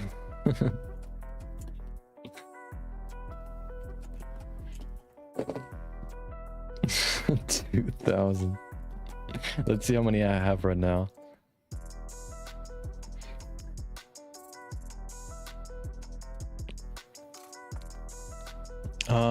94. Oh, very close. Oh, there's one I already watched. Delete. Oh, there's another one I kind of want to keep. Yeah, keep. Might watch later.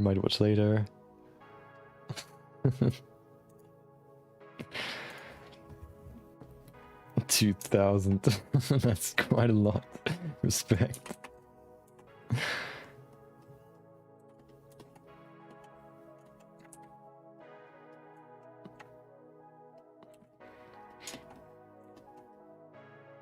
Yeah, well, I try to keep it pretty short. Like I'm quite conscious when it comes to my For You, or at least my Watch Later playlist. I try to keep it very organized.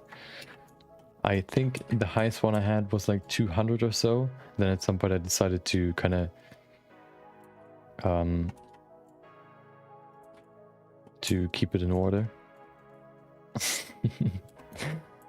So that there are no 2000 videos in there. I think the playlist with the most videos in it is probably my music playlist. All the songs I kind of liked. Every time I find a song that I like, I put it in that playlist. I think it has over 500 videos now, or songs. I think I started collecting them somewhere in around 2013, I think,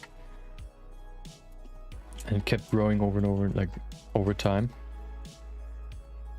I think it has like 20,000 clicks, which probably means I've watched these videos like overall all of them, like I've clicked on all of them or watched them 20,000 times. Maybe other people found my playlist.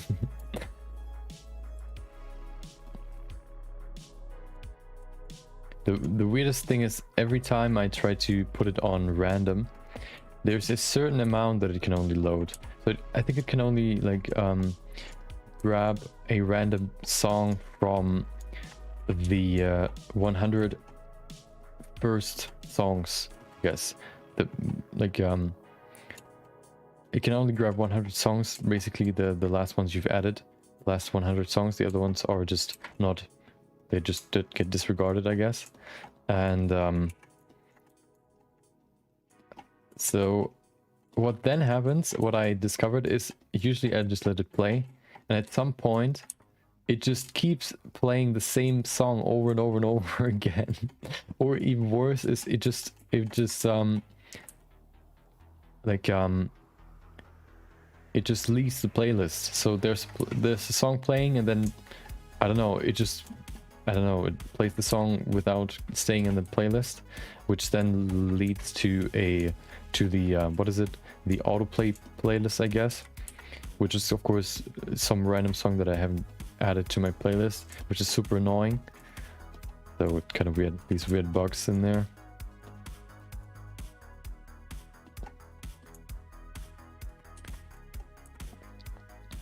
What I usually do is I either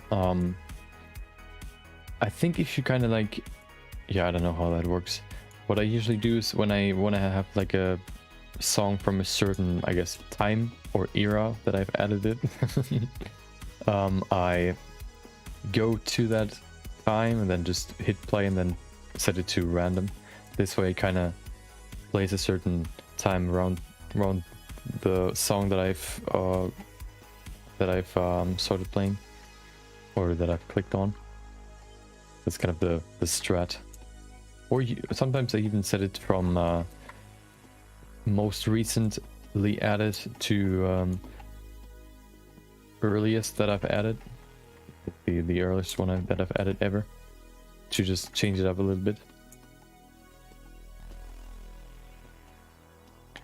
The most like sometimes I add some songs and then they get deleted at some point, probably because of some copyright issues. But it never happened in my watch later playlist, and I think it was even like a video that came out like a week or so ago, which kind of surprised me. Never had that happen to me before. It's kind of interesting.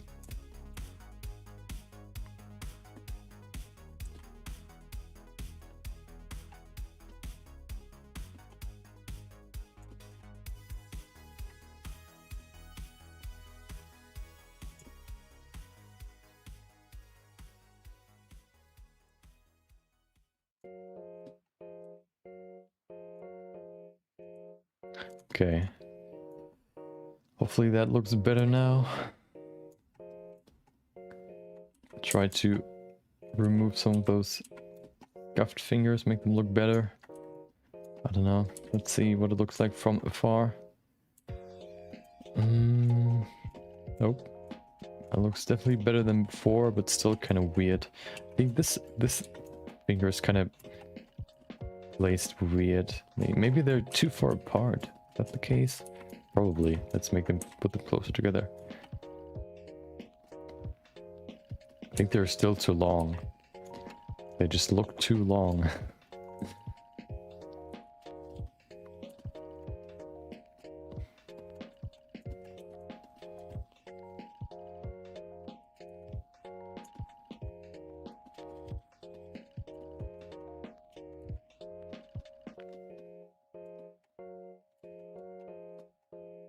They look like, yeah, like a crab.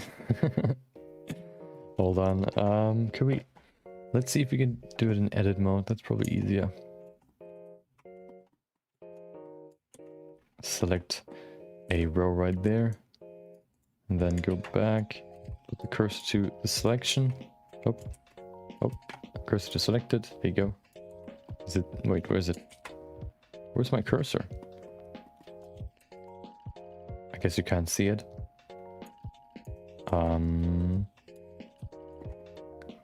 Mechanical crap in the end, at least.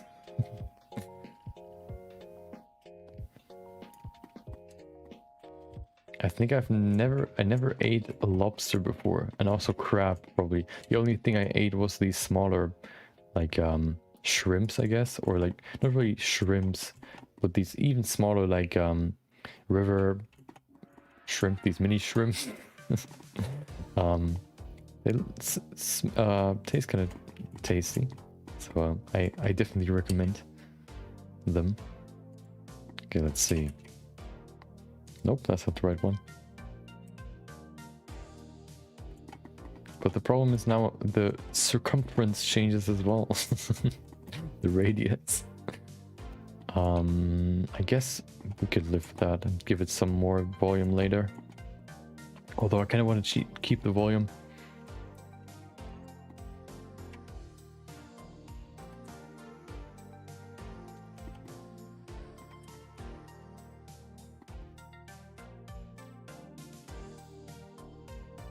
Okay, so the shrimps decided to get shorter.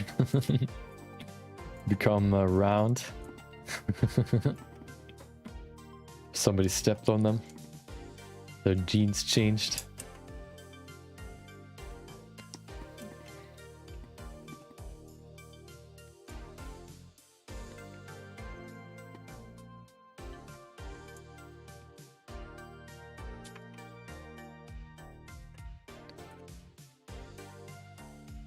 I just always see them in restaurants, sitting there in their aquarium, waiting to be cooked. Never actually ordered some. I think I don't know. It's kind of weird, like seeing them in there in this small like aquarium kind of makes me feel bad for them that I don't want to order them.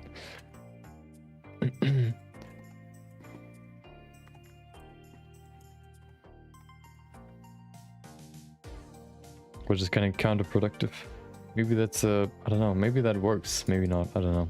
At least it does work for me.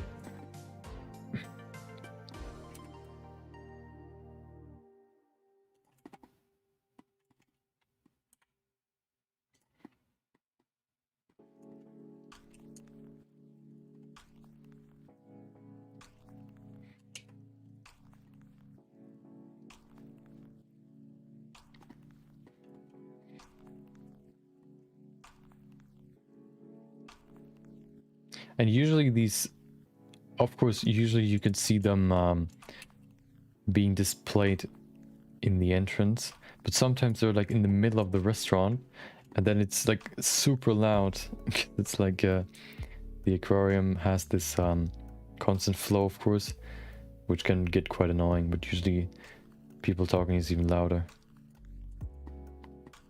Yeah, I mean... I don't know if you've ever seen chicken in a restaurant, but I never have. I remember once we were in a I could guess bird zoo, you could call it, like a zoo with only birds, a bird park, whatever. There was this smaller bird. I can let me see what it's called. A what? A quail? Okay, hold on. What? Oh my god, I've never heard that name before. Oh yeah, this thing, this one. Yeah, look at it. Cute little quail. Hold on. There you go. Look at the little quail. running around in the zoo, just not in a cage, but actually just casually running around. And we saw it and kind of followed it, or at least we kind of yeah, smaller chicken. Okay, they're not chicken, okay, they're quail. They don't want to be the discriminated, okay, they're not the same. And it kind of like we then just left it alone, and it actually started following us, just run around, or like followed us through the whole zoo. And I think at some point it kind of stopped, but that was kind of funny, like this small little bird following you around. I don't know really why, but actually it was pretty funny. Made the whole trip way better. They also have like these small eggs that you can buy, which actually taste basically like usual eggs, but they're smaller and more compact. So they actually, I don't know, I like them maybe not more, but they just are more more dense, which makes them like, I don't know, they have a different they just feel different when you eat them. So it's a delicious snack, I guess, because they're so small.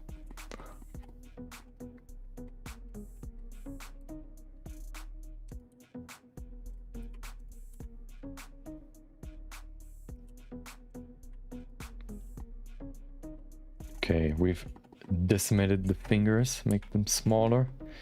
Let's see, we should probably reduce the hand size overall. It's pretty big right now. Let's use the proportional editing.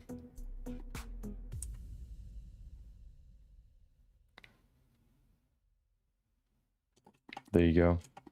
Pushing it back a little bit, hopefully that helps.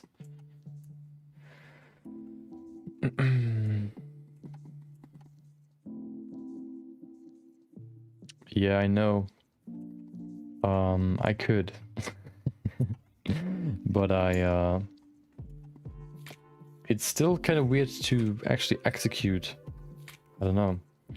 It's like, you can see like my hand, the fingers themselves are quite like almost as long, or they are as long as my the back of my hand, but or the main part, whatever. And well, the pinky finger is like one bone, I guess, shorter. It still has all three, but they're just as short as the ring finger, like what, 2 bones of the ring finger. The thumb kind of reaches up to the beginning of the fingers, but it's still like, it's not really like just a flat hand. It's just in this pose, it's kind of weird to actually get right. Of course, that's all just excuses, but I have to feel good somehow, okay? Believe me, at least this small excuse.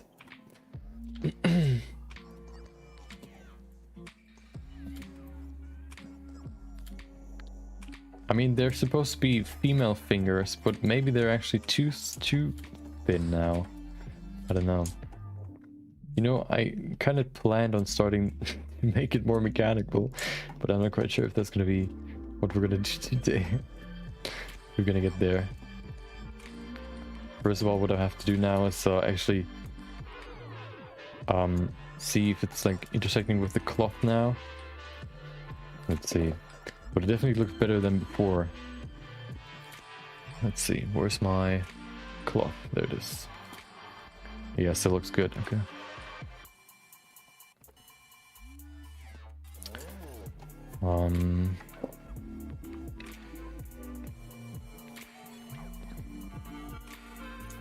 Let's see if we can make it.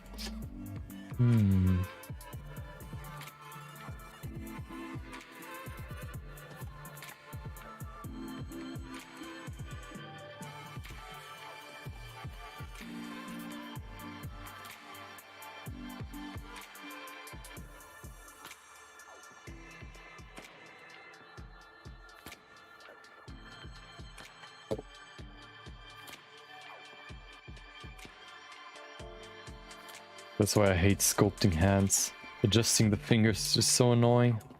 Moving them around. Pulling, shifting, whatever. Just so annoying. But I think we're getting closer and closer. So that's at least good.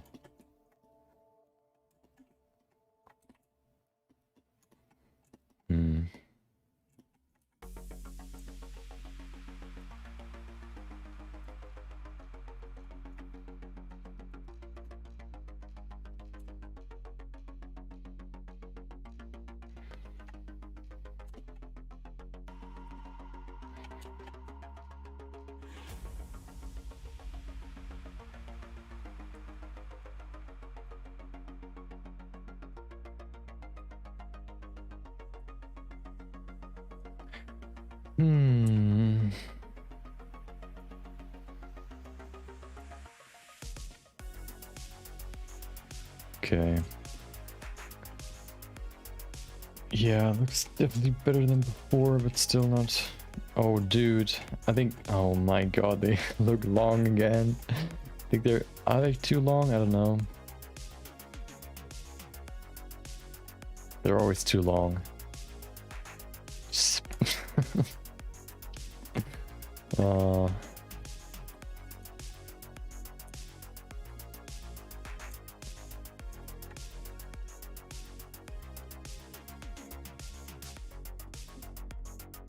Never ending cycle. At some point the hands are just so small that they're actually too small and then I can't really change it anymore. Oh my god, they get more crippled the more I change them.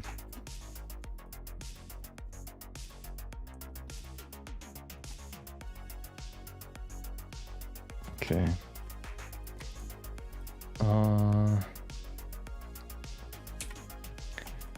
Hold on. Oh, of course my dynamic topology is disabled, so I can't really add more detail or more new geometry. Can't really change the shape that well. Okay.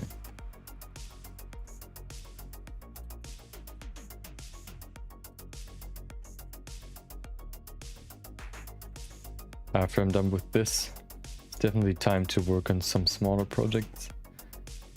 Every time I kind of work on a bigger project for a long time, kind of miss finishing a project real quickly. I don't know. It's usually I try to keep it like try to have a good mix between like long-term, mid-term, I guess, and short-term projects. But if it comes to, for example, a certain deadline that I want to hit, or that I have to finish it in, it's a little bit different. I kind of want to spend as much time on it as I can, so that I can ensure that it's done when it has to be done.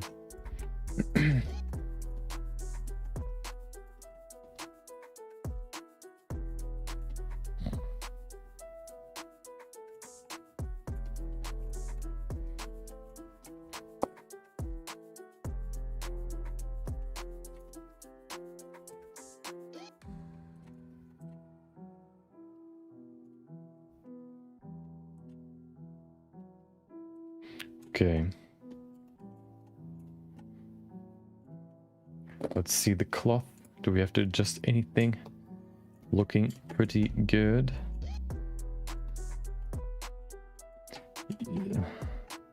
See, now the hand is so small. I guess we could just scale it up, but still. Looks so small now compared to the other one. Okay, let's make it bigger.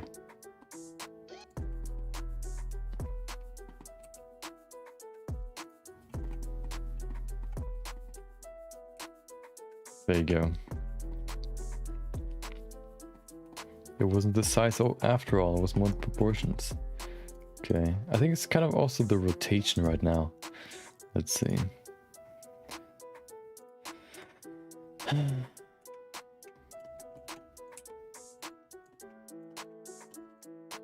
Never-ending struggle.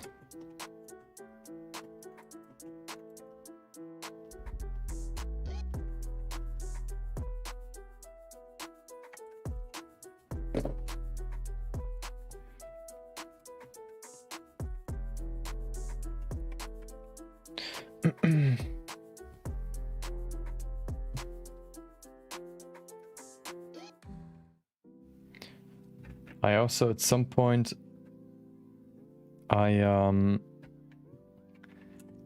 wrote a small not article, I just wrote or I posted I was kind of I wanted to talk about kind of being oh, good night Boom. Thank you for watching. Hope you had a great day. Hope you enjoy the rest of your day. Yeah, thank you for watching. I kind of I wanted to kind of talk about what I was grateful for, not really basically about what I was born with more when it comes to my okay, that sounds kind of weird, the traits that I am grateful for having, I guess. or that I developed at some point. But then I kind of thought about like me saying what I am grateful for kind of would probably make other people feel bad because they don't have it. Was that a sentence? I guess like saying what I have and I'm grateful for kind of can probably like make other people feel bad because they realize that they don't have it, so they just feel bad about themselves, I guess. So I kind of didn't want to post it, I guess, which kind of made me think like which one's the good like which one's a good point between the two. Do you want to like, is it better to kind of like post what you're grateful for, or is it like better to just not post it because then you don't make other people feel bad? It's kind of a weird thought, kind of a paradox. I don't know, maybe not a paradox, but I don't know, a weird thought that I had. Such a, I don't know, so weird.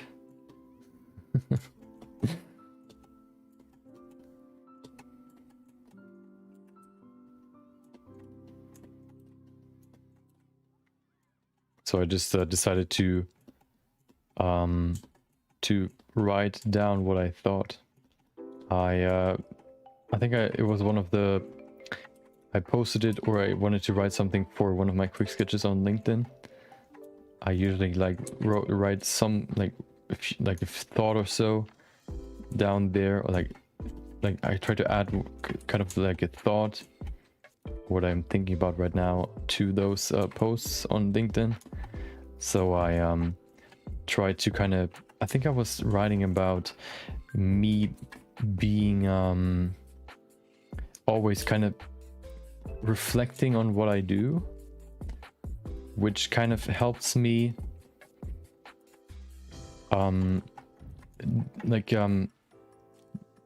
realize or discover problems pretty quickly and change them very quickly, which helps me, I guess, develop quicker. Also kind of like wanting to get feedback, and actually negative feedback, because negative feedback is probably the best feedback you can get, especially if it's like actual genuine feedback. I think negative feedback is more of a praise than actual positive feedback, because usually positive feedback is just like whatever, depending on like, usually everybody just tells you, oh dude, that looks awesome. Usually it's because either they don't really know what they don't really know better, so they couldn't really like for example, if you look at a painting from your relative, your cousin or whatever, and it looks good to you, of course, because you couldn't do it better than them, so you just say, oh, like that looks awesome, and you also kind of want to encourage them, of course. So that positive feedback kind of is just like it's kind of not really worthless, but it has less worth than negative feedback, because with negative feedback you can actually improve, hone your skills, and learn from that feedback. You can, of course, decide whether or not that feedback is valid, whether you want to accept it or like actually act on it, but it's still like feedback that helps you improve. So negative feedback, for me at least, in my eyes, is more of a praise than positive feedback, because it has more thought put behind it. It is also kind of, if you think about it, that person, if it's like genuine feedback, wants you to improve, so they give you that feedback. They don't want to put you down, usually, if it's like good feedback, if it's like actual valid feedback. So they want you to improve, so they actually put time and thought into their comments or their feedback, which makes it just so much more valuable, and you also like learn from it. You can learn from it and like maybe even realize new things that you never knew before, that could improve your, or that could improve your next whatever craft and the future craft that you do, compared to just getting like, oh, that looks so awesome, you're so talented. I hate I hate the word talent, or at least how it's used, because everybody just tells you, oh dude, you're so talented, I could never do that. But then like, it's not talent is like kind of discrediting the time and work that you put into whatever you do. Talent kind of tells you, oh, you kind of have an advantage doing whatever you do. Like, oh, you're so talented in, I don't know, drawing. But yeah, exactly. Like, oh, my kid is so talented in playing football, but maybe that kid already like played football for like 3 years, so it already put in the time to get good at it. I think talent is kind of misunderstood. It's not really, I don't even know. Okay, hold on, what's the definition for talent? Okay, let me get rid of this quail. Talent definition.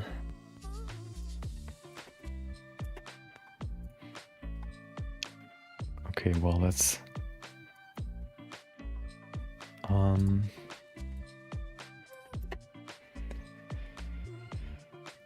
natural aptitude or skill. He possesses more talent than any other player. I guess, I mean,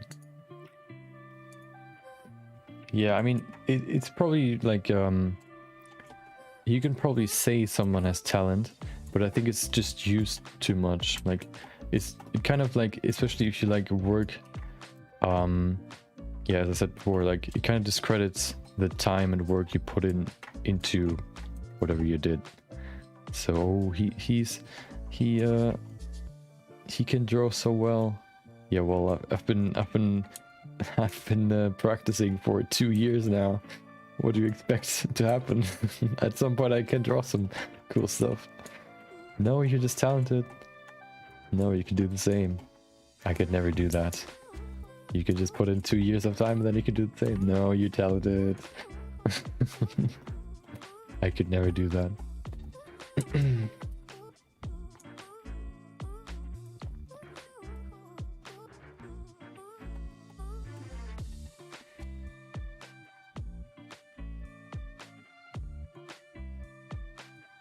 That's also why I kind of try to, when I comment on somebody's like post on social media, I try to,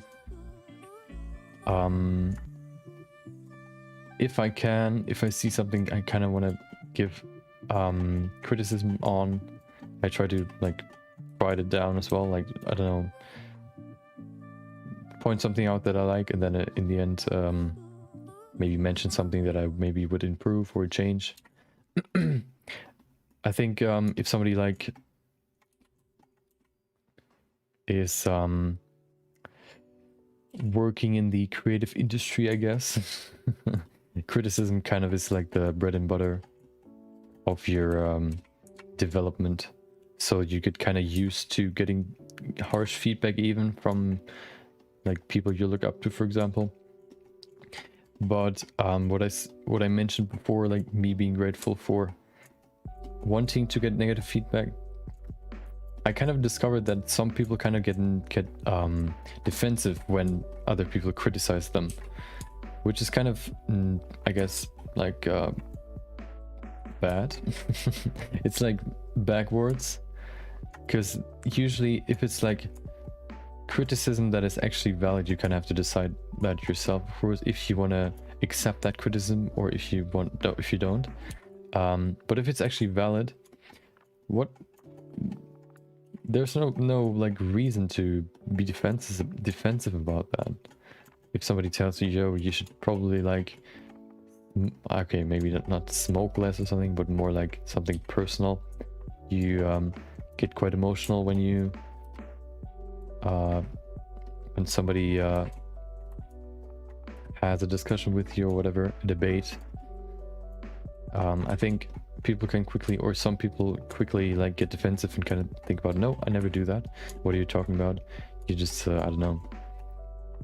They kind of like get, yeah, as I said before, defensive, which kind of hinders them from getting or improving themselves, getting better, not only in life, but also in their capabilities, which I think is like one of the worst, worst traits you can have.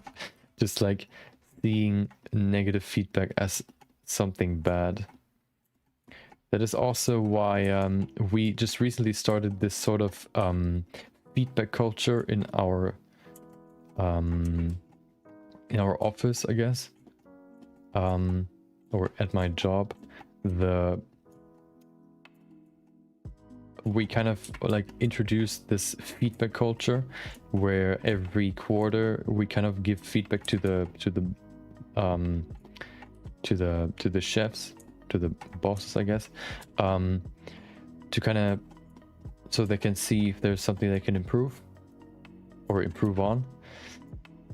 And I asked, and then we also rolled out, or we kind of discussed strengths of others, so we could request people to tell us what we can do good, or what we're good at. And then I kind of, when I heard that, I kind of asked one of my bosses, we have two,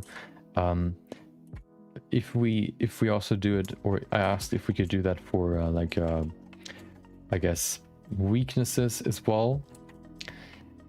He then said, yeah, we're gonna do that as well.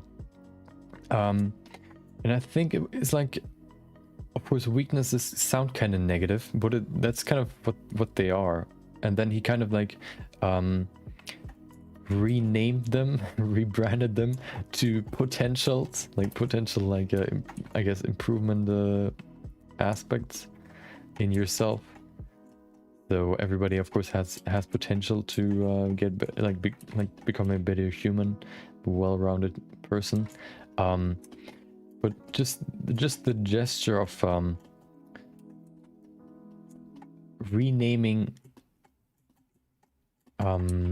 weaknesses into potential kind of shows that there are like people that kind of have a negative attitude again, like to criticism, which kind of like surprises me, I guess, or at least to some degree, because I don't really get the thought process behind it. That's why I kind of wanted to write or post that I'm kind of grateful for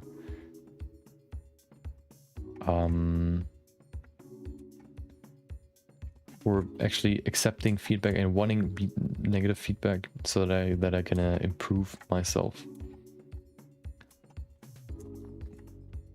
A whole lot of words.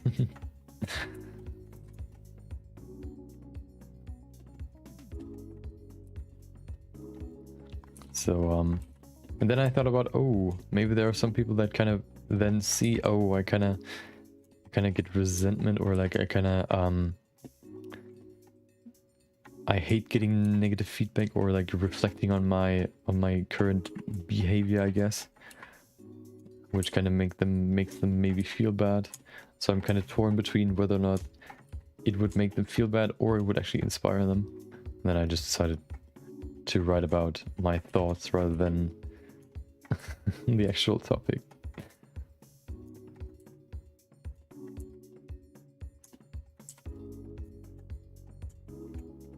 Okay, kind of shifting, moving these fingers, but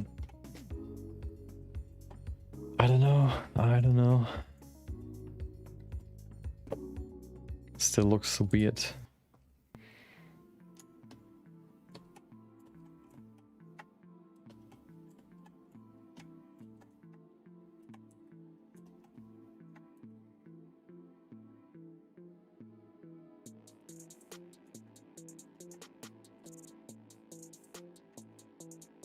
Yeah, maybe I could, well, I kind of wanted to work on it today, but okay. Yeah,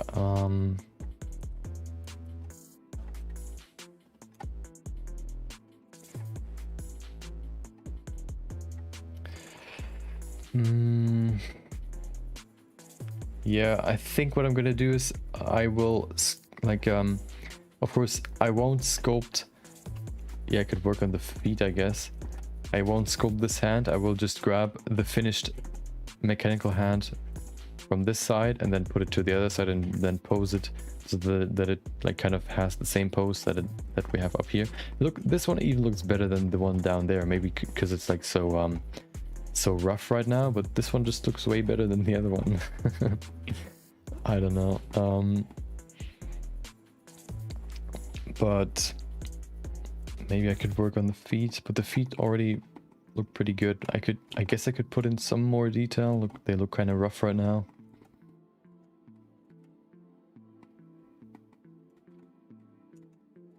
The hair is already done, or almost done. See, I'll come back to it later. I'll do the feet first. The only thing I have to like put in some more effort into the hair is this part right there. But that's what I'm gonna do later. Let's do the feet. I could probably even duplicate the feet or the foot and put it to the other side. I mean, you can't even see the right side anyway, so I don't have to put in more detail. There's cloth covering it, so I guess the only thing you could see for the feet is the toes, or are the toes. So let's do this side. Well, they're almost done. I want to detail the toes some more. They already look pretty good. They're like the base looks pretty good, but I want to put in some more detail. It's too rough. You can see, okay, well, you can't really see it, but definitely has some more detail in the main or in the reference. So yeah, let's do that.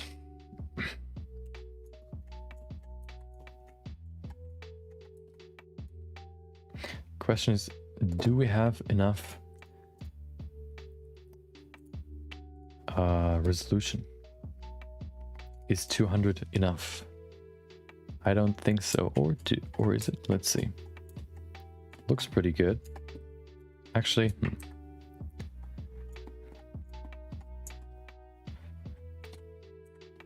I think I need more. Let's put it to... Oh, it's deactivated. Okay, well. Let's put it to something crazy. 400. Let's see. There you go. Now we can work with this. Okay.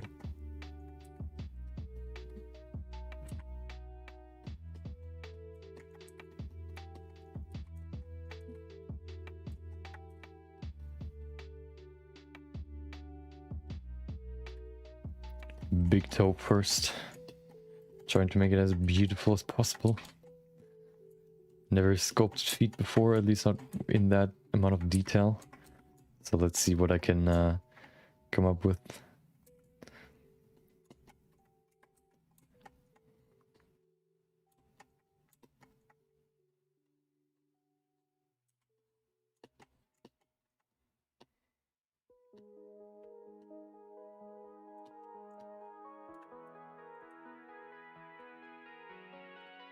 Okay.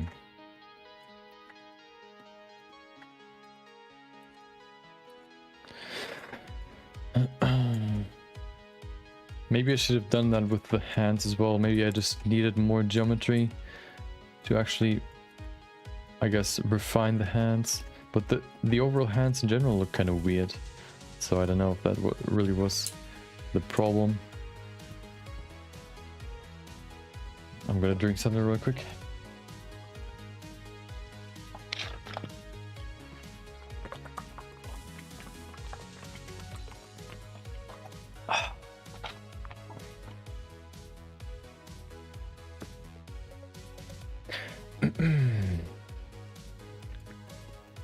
Okay, definitely looks better than than the hand.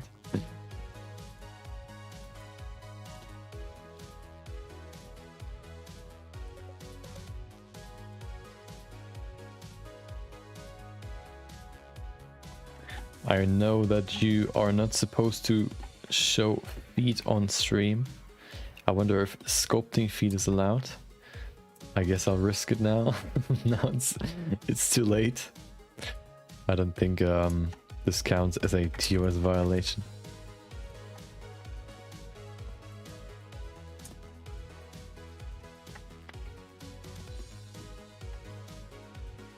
Or do you feel aroused by these feet? By the toe at least. If so, I probably have to skip this part, do it offline, off stream.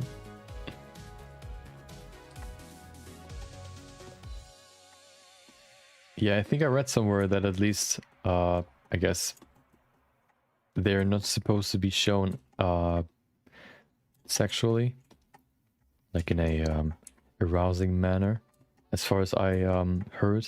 I haven't read it, but I think I heard it somewhere.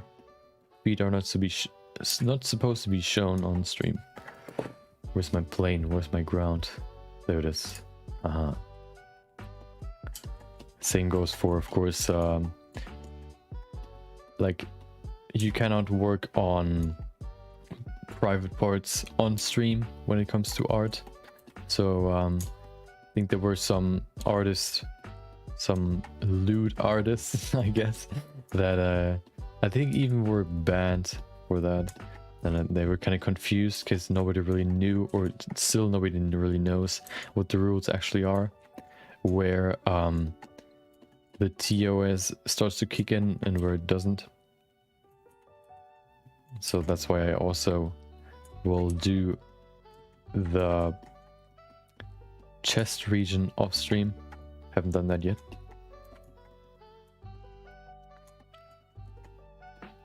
Cannot do that on stream. And then when it's done, when it's in there, or when it's yeah, when I sculpted it in, I always have to cover it somehow, which is super annoying.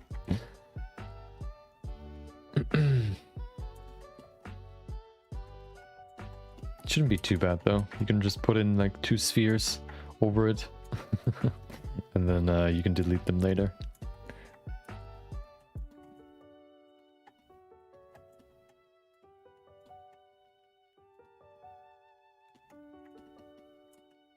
Should probably grab a reference for these feet. Let me just quickly pull out feet references. Feet. There you go.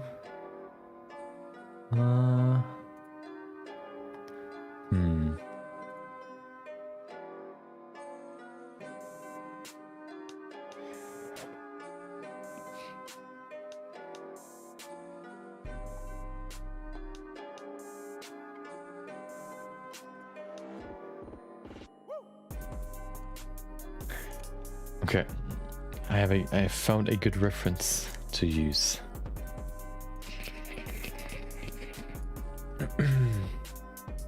Reference is king when it comes to at least stuff you don't really feel comfortable sculpting, or overall you should always use references. I remember, I think I just told that before, when I focus more on drawing, I always try to work without reference. I think, I don't really know why, but when I switched to 3D,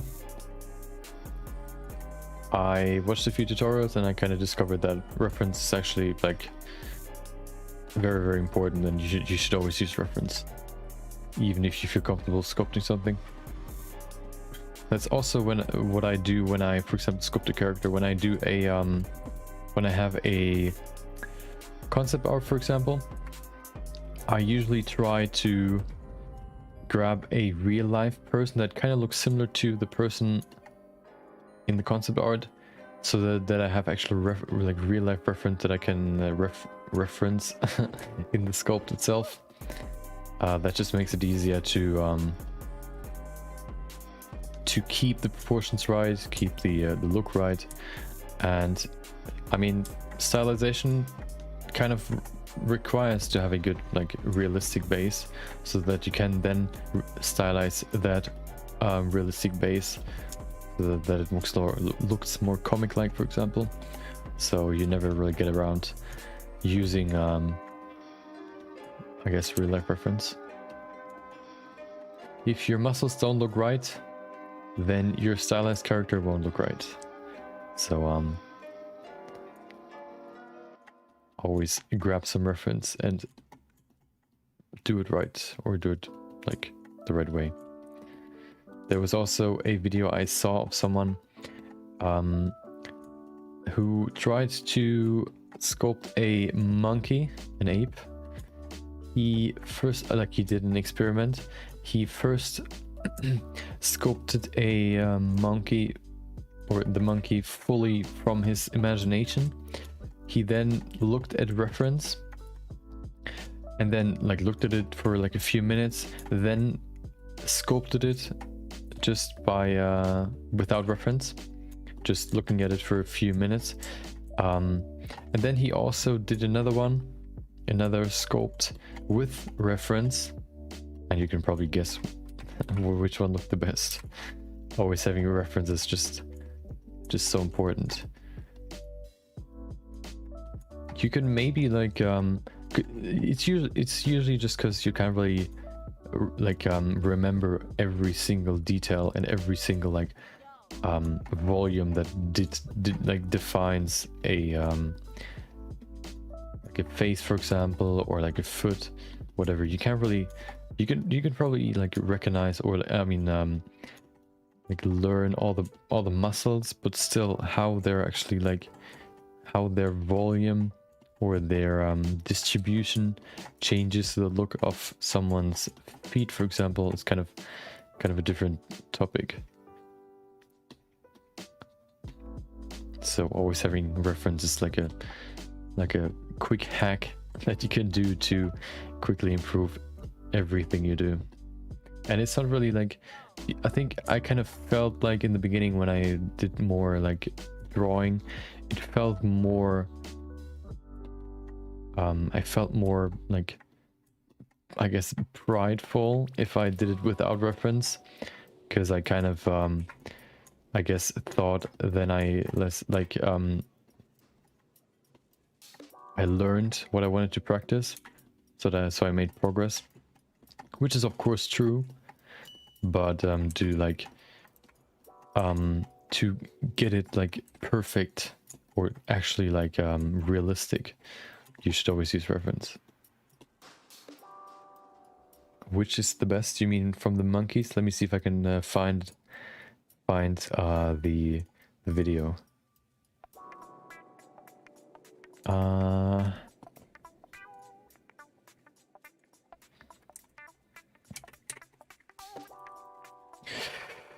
What was it? A reference.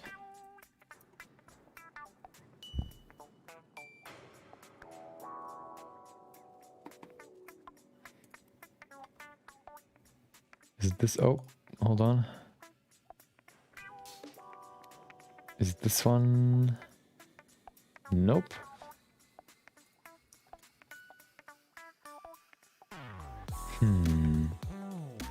Where's the monkey? There it is. How to improve your 3D sculpting super fast. By Flip Normals. There you go. Aha. Okay, hold on. Okay. Okay, let me switch the scene. There you go. You can see. So that was the first one he did without any reference, just by from his imagination, basically. Then I think this one was I can't remember how this one was created, but then this one was, I think, just looking at it,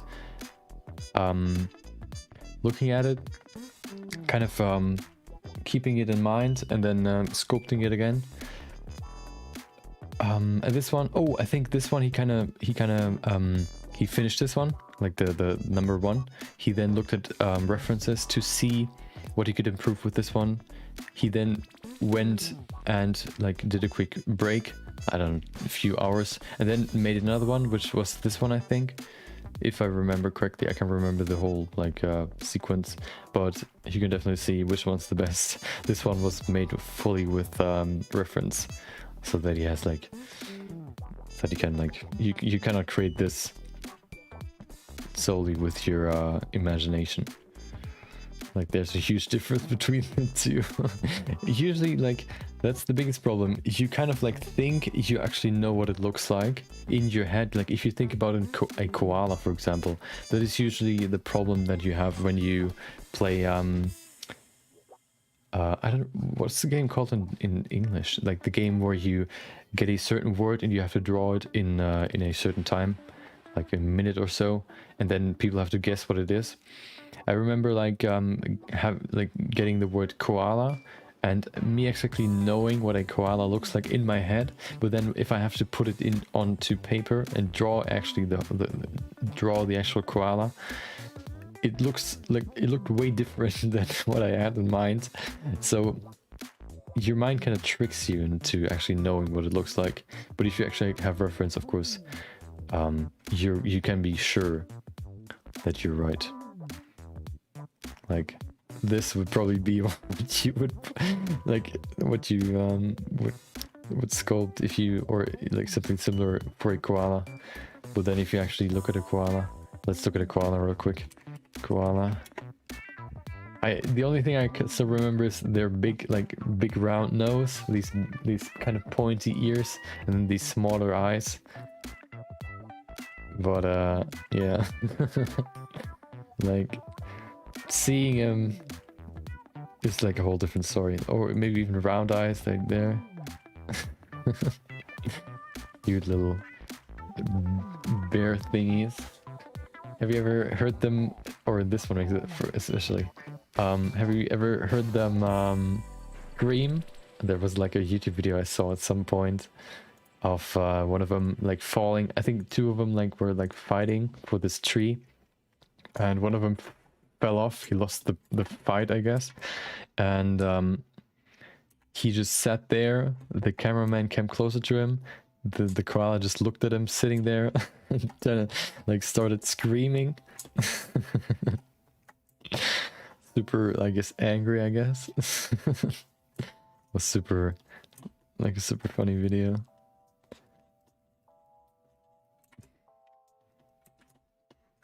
Let me see if I can find it. I don't know. I don't think I set up my the sound for my for the browser, so you can probably not hear it. Let me see if I can actually like at least show it to you when it comes to the video. Let's see. Koala falling out of tree screaming, I guess. Let's see if we can find anything. There it is. Oh yeah. Okay, hold on. Da-da-da. There it is. First they're fighting. There you go. One of them wrestles the other one to the ground. He's just sitting there like confused, dude. Okay, I got beaten, and then he's just screaming, sitting there. You can hear it. You can at least see him screaming. I never saw like their hands. They look super weird. Like these sort of like paw hands. The other one is just chilling up there, enjoying his newfound tree that he conquered. The other one just sitting there.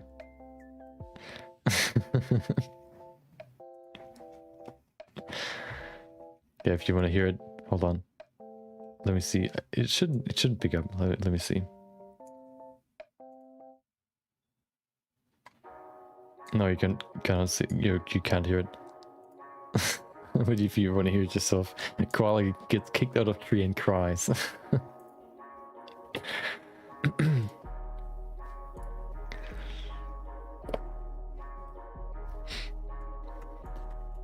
There was another weird, yeah, another video for your watch later playlist. There was another video of a, what are they called? Hold on.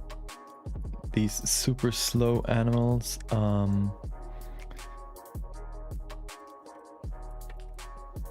The sloths, like the sloth was sitting, or like lying rather, on a street. It looked kind of weird. Looked kind of like a trash paper bag, just lying there, like super flat. And then somebody like picked it up, put it to the other side of the road. And when he picked it up, I think he picked it up like how you would pick up kittens or like cats in their neck, like grabbing them there. And when like he was sitting there, and then when he grabbed them, it like got super stiff, like a twig. Let me see if I can find that video as well. Sloth lying on a street. Like, it looks so weird. Look at it. Look at this. They look so weird when they're not in a tree. Look at it.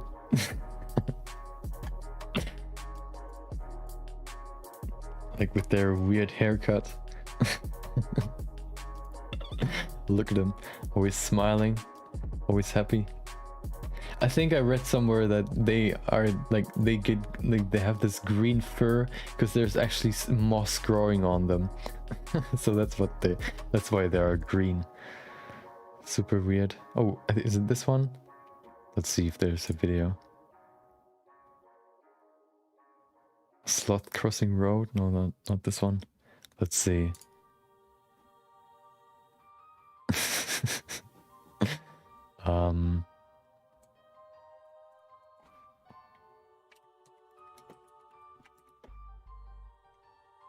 Let's see. Oh, this one. There it is. Look at it. Just lying there, chilling. And then he picks it up. And... what do you want from me? Don't pick me up. And... zip. Hold on. Woo! He's just raising his arms as if he was like flying. This one's actually edited. You can see him in the starfish position.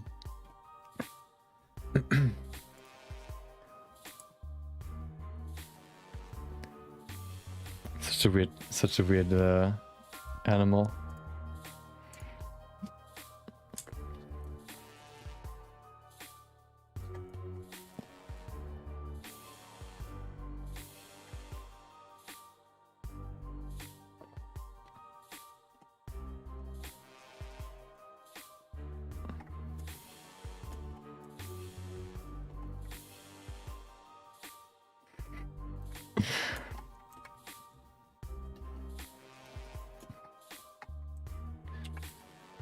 I think I saw that video of someone at some point, like in 2015 or so.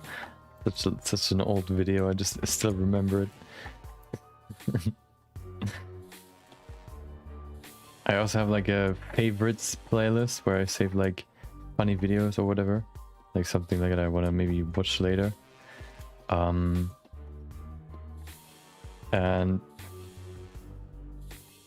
maybe I have it. I put it in there. Every time I kind of just want to, like, every time like at some point I remember that playlist and just go back to it, revisit it, look through a few videos, just to I don't know, have a laugh real quick.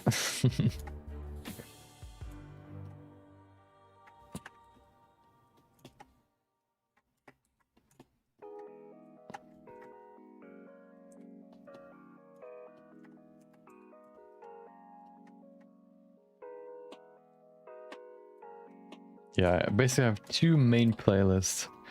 The first one is what is it? The music playlist, and the other one is my favorites, favorite videos. I remember there was another one. I think there's this very like prominent or very well-known meme playlist with like a collection of like millions of memes. I can't remember what it's called. I think something like my meme collection or whatever. I even read like some sort of article about it that like has like so many videos and it's like so well known to so many people. Has like all the memes in the world in it. All the memes you ever saw on the internet are in there.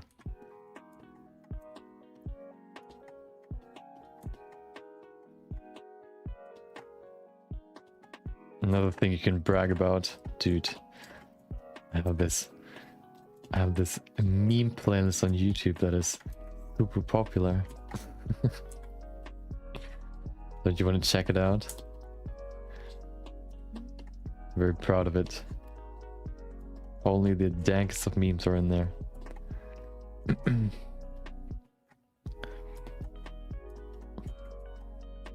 Okay.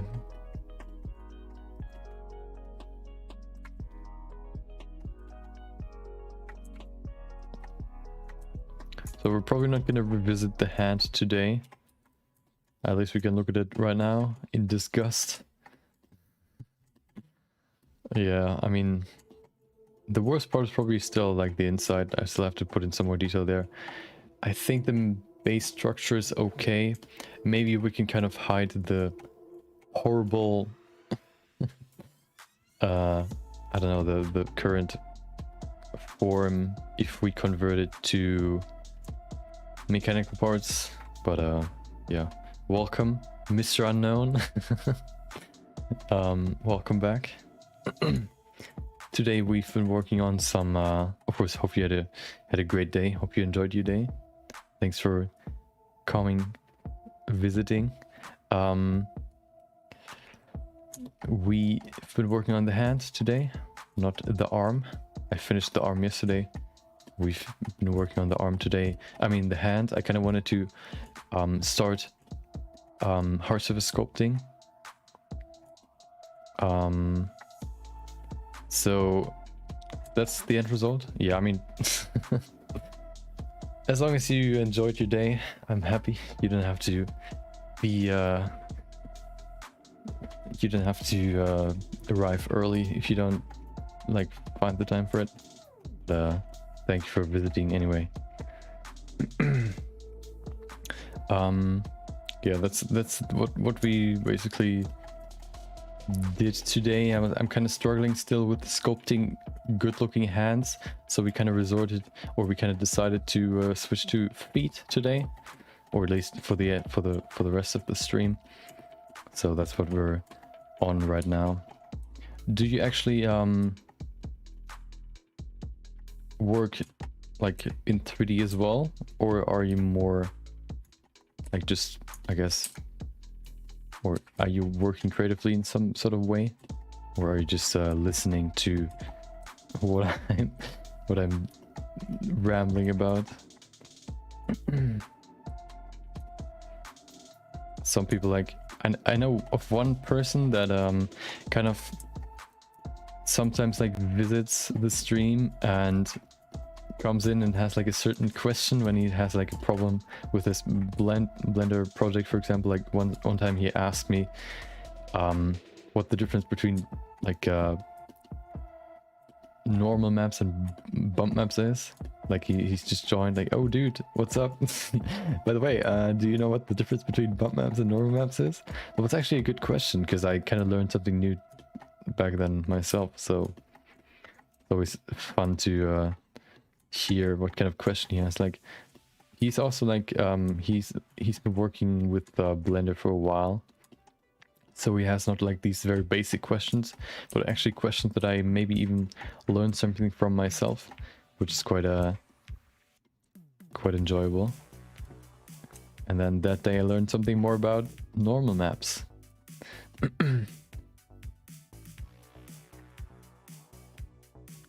The difference between normal maps, if you want to know, the difference between normal maps and bump maps is not only the color. Normal maps, of course, are like this weird purplish, bluish red, which kind of indicates all the different vectors Usually in 3D programs, the z-axis is blue, the x-axis is red, and the y-axis is green. And the normal map kind of mixes all these, or the normal map shows the displacement of the surface, which means if, for example, there's a bump that goes up, you would have a blue, I guess, blue dot in that spot where it's supposed to be higher. That's how a normal map works, and a normal map is kind of harder to set up. You kind of have to, like, bump maps are very easily created. Bump maps are basically just black and white images. Black means the lowest point, white means the highest point, meaning if you have a wave texture or like bands of black and white, it's basically like a sinus curve. So you have like a mix, or like a rings with first black and then white.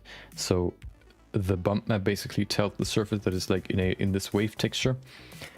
And of course in Blender with nodes you can very easily set up black and white textures, because there are like pre-made mathematical textures that you can use which are black and white. But if you want to use a normal map, you actually have to bake it. You kind of have to create the geometry yourself first, and then afterwards you can kind of render out your normal map, which is of course takes way longer than just like using one of the preset textures. He kind of asked what the difference is between the two, and yeah, it's just the normal map is a little bit more detailed. It has like a more depth basically, but it's also like harder to set up. So usually you should just use bump maps.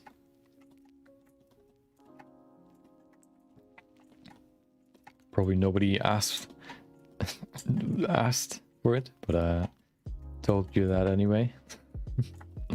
Maybe you need it at some point. Somebody asked you, hey dude, some stranger comes to you, dude, by the way, do you know what the difference is between a normal map and a bump map? And then you can say, aha. I actually do know what the difference is. Nice party trick.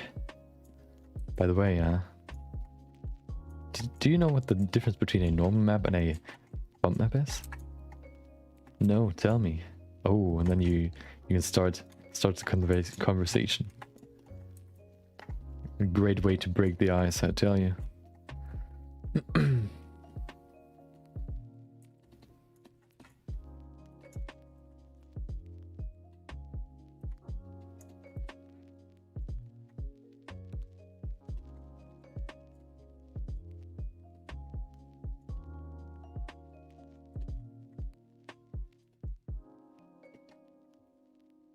Okay. Yeah, I think the most important part is, or the thing we should do for the hands, is add more detail. I think we just had too little to actually shape the fingers properly.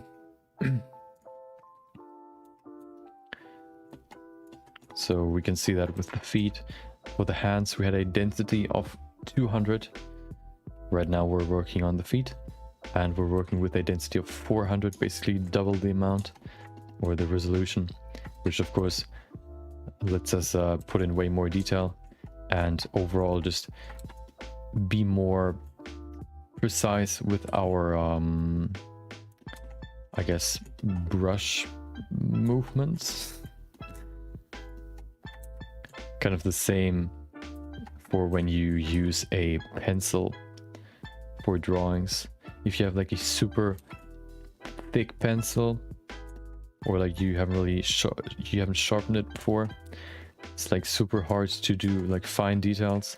If you then sharpen it and go a little bit closer, you can see it like from close up. It's way easier to do these details.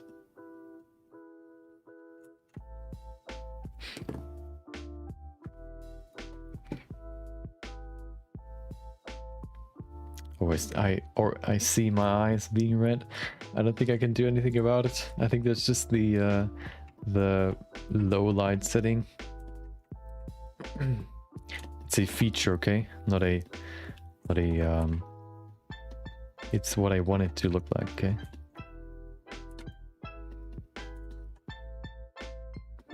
It's actually a filter that I put onto my webcam. Supposed to look that way. I remember back in the day when my dad was always like somebody that like takes a lot of photos, and back in the day he kind of had a little bit more time and spent that time on kind of like fixing the photos. For example, like removing these red eyes that you could see at sometimes when somebody's like looking straight into the lens, into the camera. And I remember seeing him like working, I think it was with Microsoft Paint, putting the picture in there, and then like using the brush tool and using a black color to like remove the red color from the eyes. I don't know why I still remember that, but that's a very vivid memory in my brain.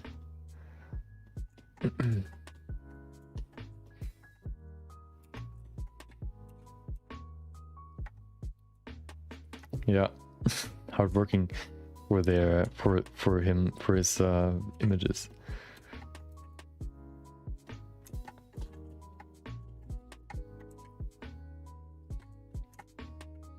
I think at some point he just realized that he made too many pictures to do it for all of them, so he just gave up.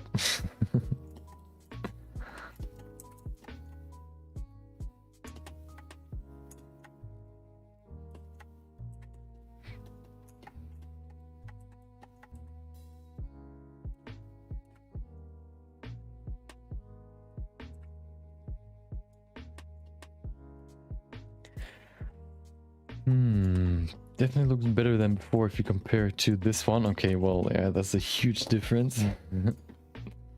The only thing that is missing, of course, is a little bit more definition and the toenails. Let's do the nails first. There's a cool little, neat little trick for nails. Of course, if I just basically draw them in here with the crease brush, you can see I just basically create this crease, draw in this, draw the nail on here. Then I can sharpen the edge. I can basically then mask out the nail. I'll show you what I mean in a second. Then I can pull it out.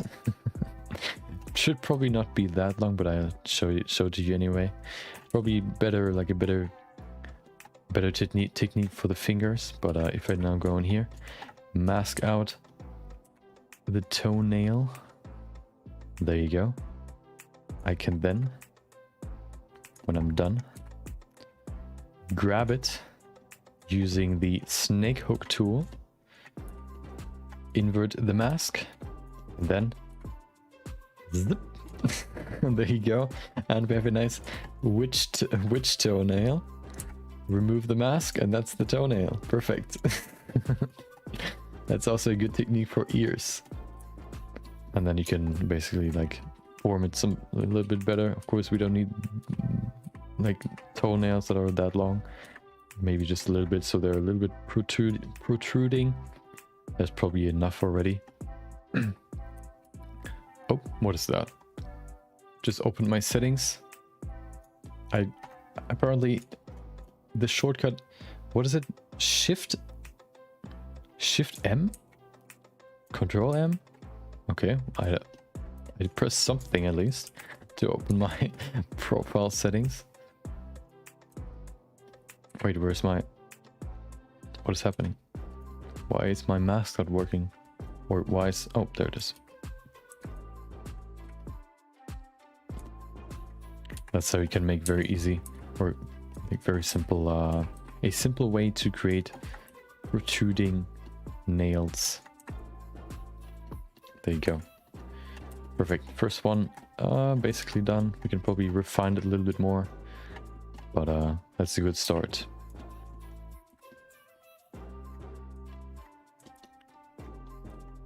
Maybe that's what that was missing for the hand. Actual like nails, which kind of define the finger some more, maybe, or even like joints, ankles, whatever, to kind of separate the finger into multiple parts. I don't know. Maybe it just looks bad. Maybe I'm just bad at sculpting hands.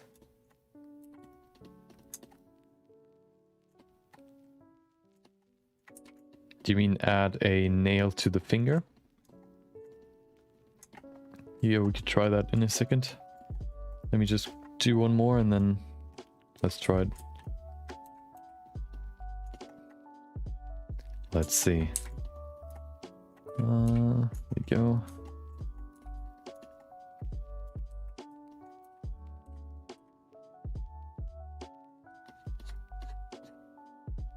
Don't want to make them too long. My reference has quite short toenails. Ah, looks pretty good. Keep in mind that nails have this U shape. There you go. That's basically the way they are embedded into the flesh. I mean, they're also connected to the flesh, kind of. I think it's like a dead skin. Wait, how do I? Oh, there it is. Like toenails or like actual like nails are just dead skin cells that like got hard, like hardened, or like, yeah, got hard, and then like just, I guess, detach from the main part of the skin. Okay, snake hook, zip, smooth it out. Okay. Yeah, looks okay. Let's see if that helps. Let's see if adding a... Yeah, let's see if adding a little bit more detail helps. Let's say first before we start, I have to stall. I'm gonna drink something. Keep the tension high.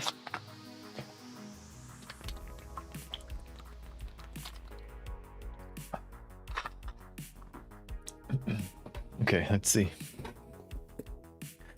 So, let's see. Go to sculpting. I need my dynamic topology. Let's leave it at 400. Hopefully, we can now actually refine these fingers. Let's do this one. So first of all, zip, more geometry. There you go. Oh, we're already smoother. Perfect. Haha, looks way better already. I don't. Yeah, maybe it was just the amount of, I guess, resolution that kind of like made it look so awful. I mean, just look at it. Look, compare these two. It's probably still too long, but still, just looks better, in my opinion. Okay, so let's put in a nail. Make it smooth first, and then let's see. Looks more juicy, exactly. Looks more meaty. Okay, so I think the finger is too long.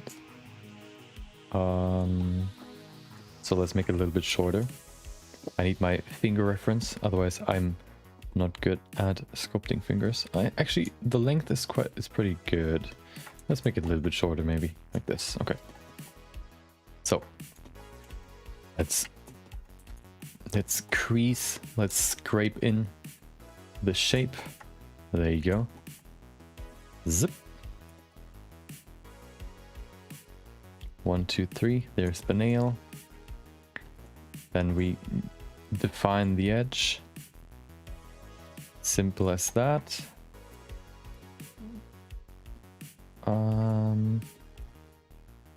Okay. Use the mask. We could probably even use more geometry or more resolution for the fingers, at least to define the nails a little bit more. We probably don't even need nails necessarily, because they're mechanical hands in the end, but we'll put them in anyway. Okay, we need this one. Zip. There you go. Maybe it's a little bit too long. Definitely looks better than before. Yeah, maybe that was the secret to success.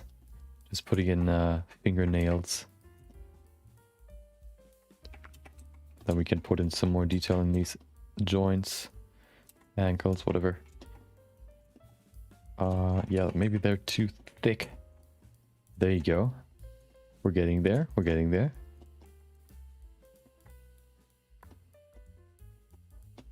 Okay, okay, okay. Okay. I mean,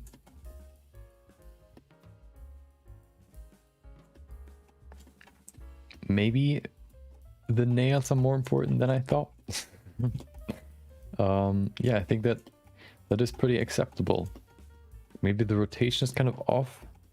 I think we have to rotate it a little bit back over here. There you go. Yeah, that could be enough. Yeah. Okay, well, apparently, yeah, looks better now. Perfect. So, apparently we only needed a little bit more geometry.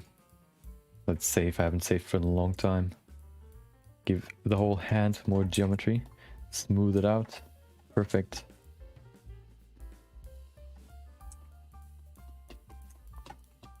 There you go. Yeah, I think we were just missing the necessary amount of precision to actually shape the fingers.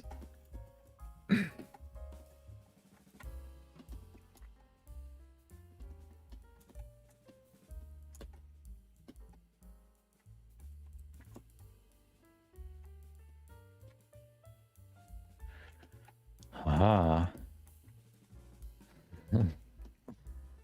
I'm astonished by the sudden quality improvement. Was a good suggestion. Vincente. 32. Thanks for the suggestion to go back to the feet first, to the foot. Sometimes you just have to switch your attention to then have a new look at something.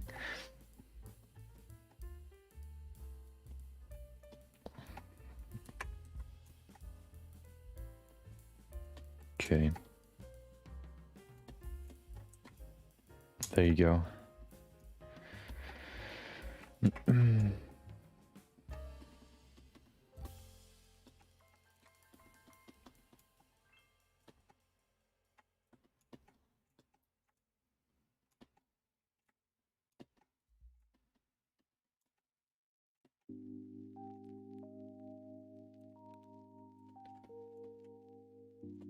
Yeah, that looks way better. The only thing I'm still kind of uncomfortable about is this part, the transition from the fingers to the hand. But I think that looks okay. I think we can work with this.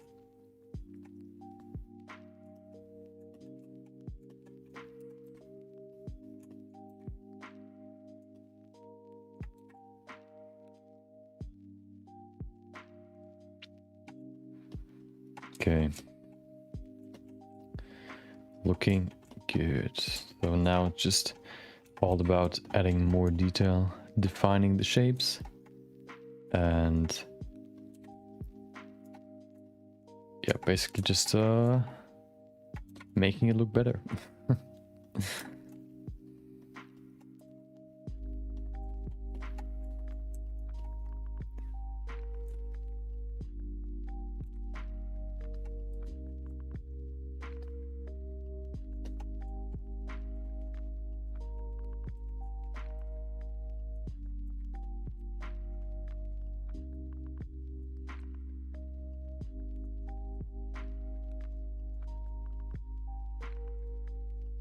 Okay, perfect. Maybe a little bit too small, but yeah, we can still change that. I think the hand is half the length of your lower arm. Actually, it's pretty long. Hold on. It's a little bit more actually than your lower arm. Maybe the lower arm of the sculpt itself is too long. Maybe we have to shorten it a little bit. Yeah, we'll look at that later.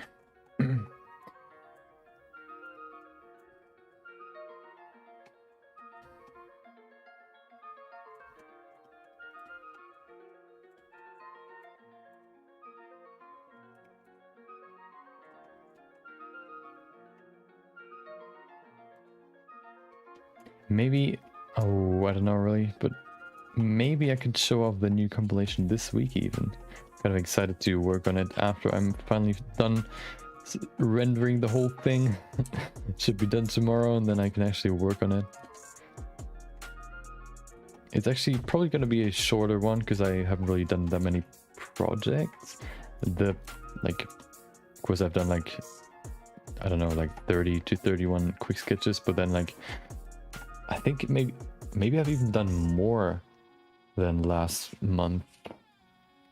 Don't really know. But yeah, first of all, I have to find a good song to go with it. I'm gonna gamble again. The first compilation was kind of a luck project. I mean, doesn't really feel like work if it's like something fun to do. It's I think I told that story before as well, that the song I picked for the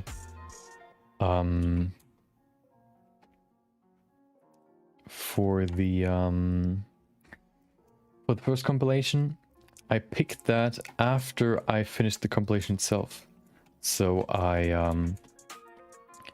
finished the whole compilation, and then I kind of just went through my videos or my songs and kind of just decided, oh, this one sounds pretty cool. Maybe that could fit to the overall vibe of the compilation. Put it in there, and there you go. Just fit perfectly. The BPM just, I don't know how it worked, but the BPM fit perfectly to individual like visual beats that were in the video. That's why it's kind of like synchronized with some of the visuals, I guess. Especially with the ending, where you have like this big drop, and then the camera pans back and displays all the quick sketches on the big wall. I always like I always imagined like that's also something that I like, a project that I wanted to do in when I was working with 2D more. Basically of course, if you do it digitally, pretty simple, or like doable even, you can't really do it in 2D. I mean in traditionally with pen and paper, but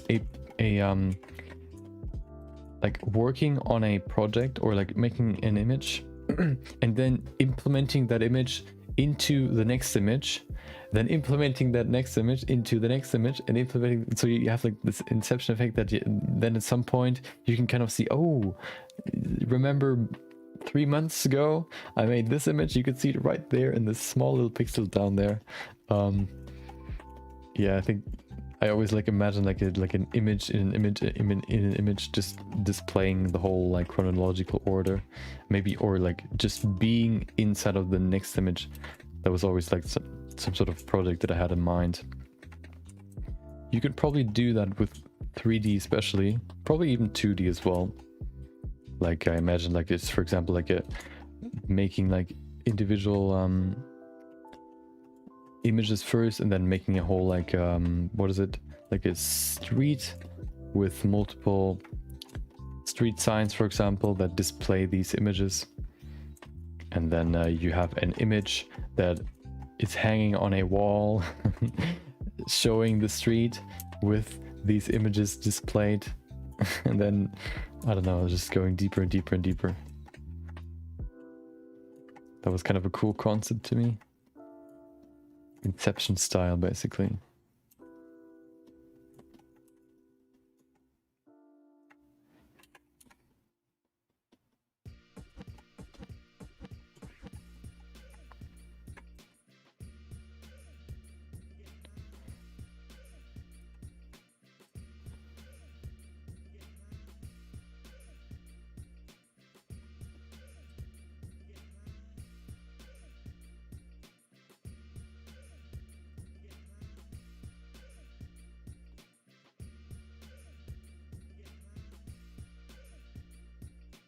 I also kind of like the idea of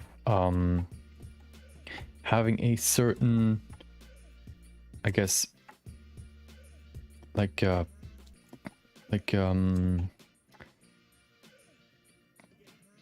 is it, like personal song, I guess. Like I remember, for example, when I watch 3D tutorials, there are like multiple channels that I kind of watch, and one of them is a Default Cube.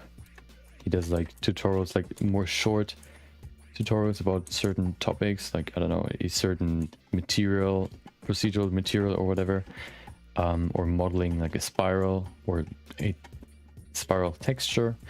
And he always uses the same song in the beginning.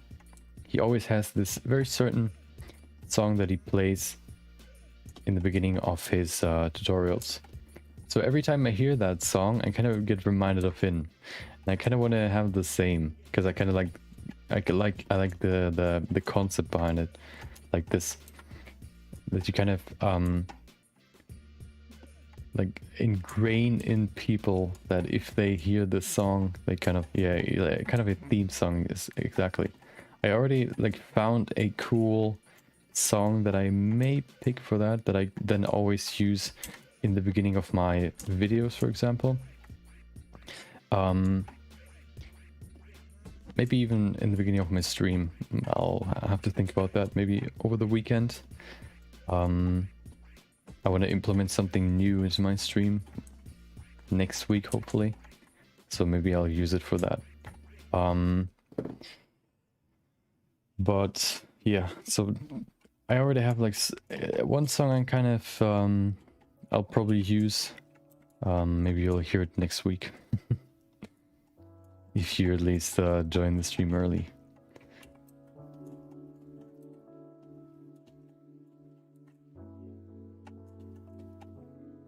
But I still have to create some visuals, or at least think about it, and like, yeah, create some visuals for what I have planned. Don't want to spoil it. It's not like super crazy, but just something that could probably improve the VOD quality. If you watch the stream later on YouTube, for example.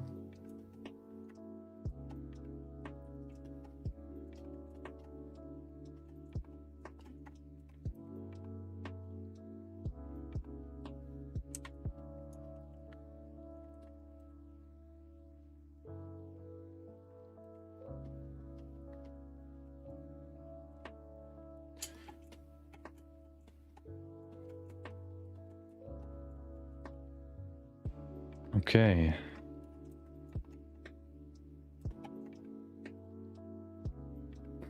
Today was supposed to be a hard surface sculpting a mechanical hand stream, but apparently it's just a struggling at sculpting a hand stream. I mean, you live and you learn, I guess. Well, is that how you say it? Like, you live and you learn. At least we got a little bit better about how the workflow of sculpting hands works. Yeah, it's all about the meat on the bone, the meatiness. Okay, yeah, we'll probably need some work in this part, like department, but the fingers definitely look better than before. Less sausage like than before, at least. So we're probably gonna work, we're gonna finish the hands tomorrow. Then we will probably start with hard surface sculpting, making it more mechanical. Maybe even start the actual hard surface sculpting part. Yesterday we kind of put in some more detail into the inner parts of the hand, I mean the arm, and also like finishing the outer region. So we're gonna probably do the outer region either tomorrow or on Thursday. And then it's already almost Friday. Another week is over.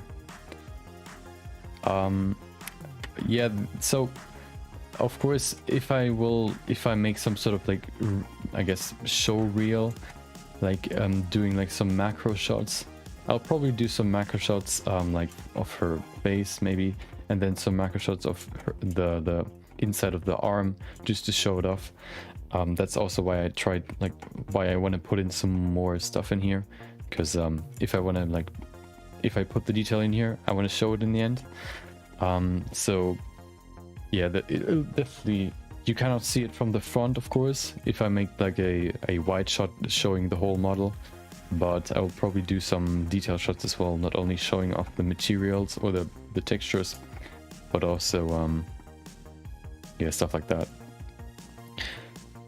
Yeah, I kind of thought about maybe on this arm, like making them asymmetrical, so this arm looks different from this arm, and then maybe putting like some sort of window or like some sort of glass or transparency on this arm, so you can see inside of it and see the actual mechanics inside of the arm. Maybe I'll do that, depends on the time, whether or not I feel like we have time for that. If not, then we're just gonna copy this side to the other side. Yeah, but tomorrow we will finish these meaty hands, and then we will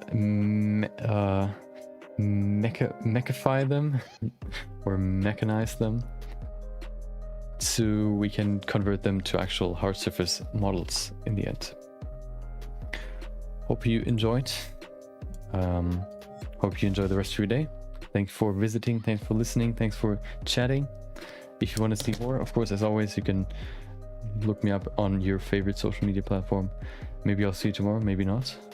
Yeah, until then, bye bye.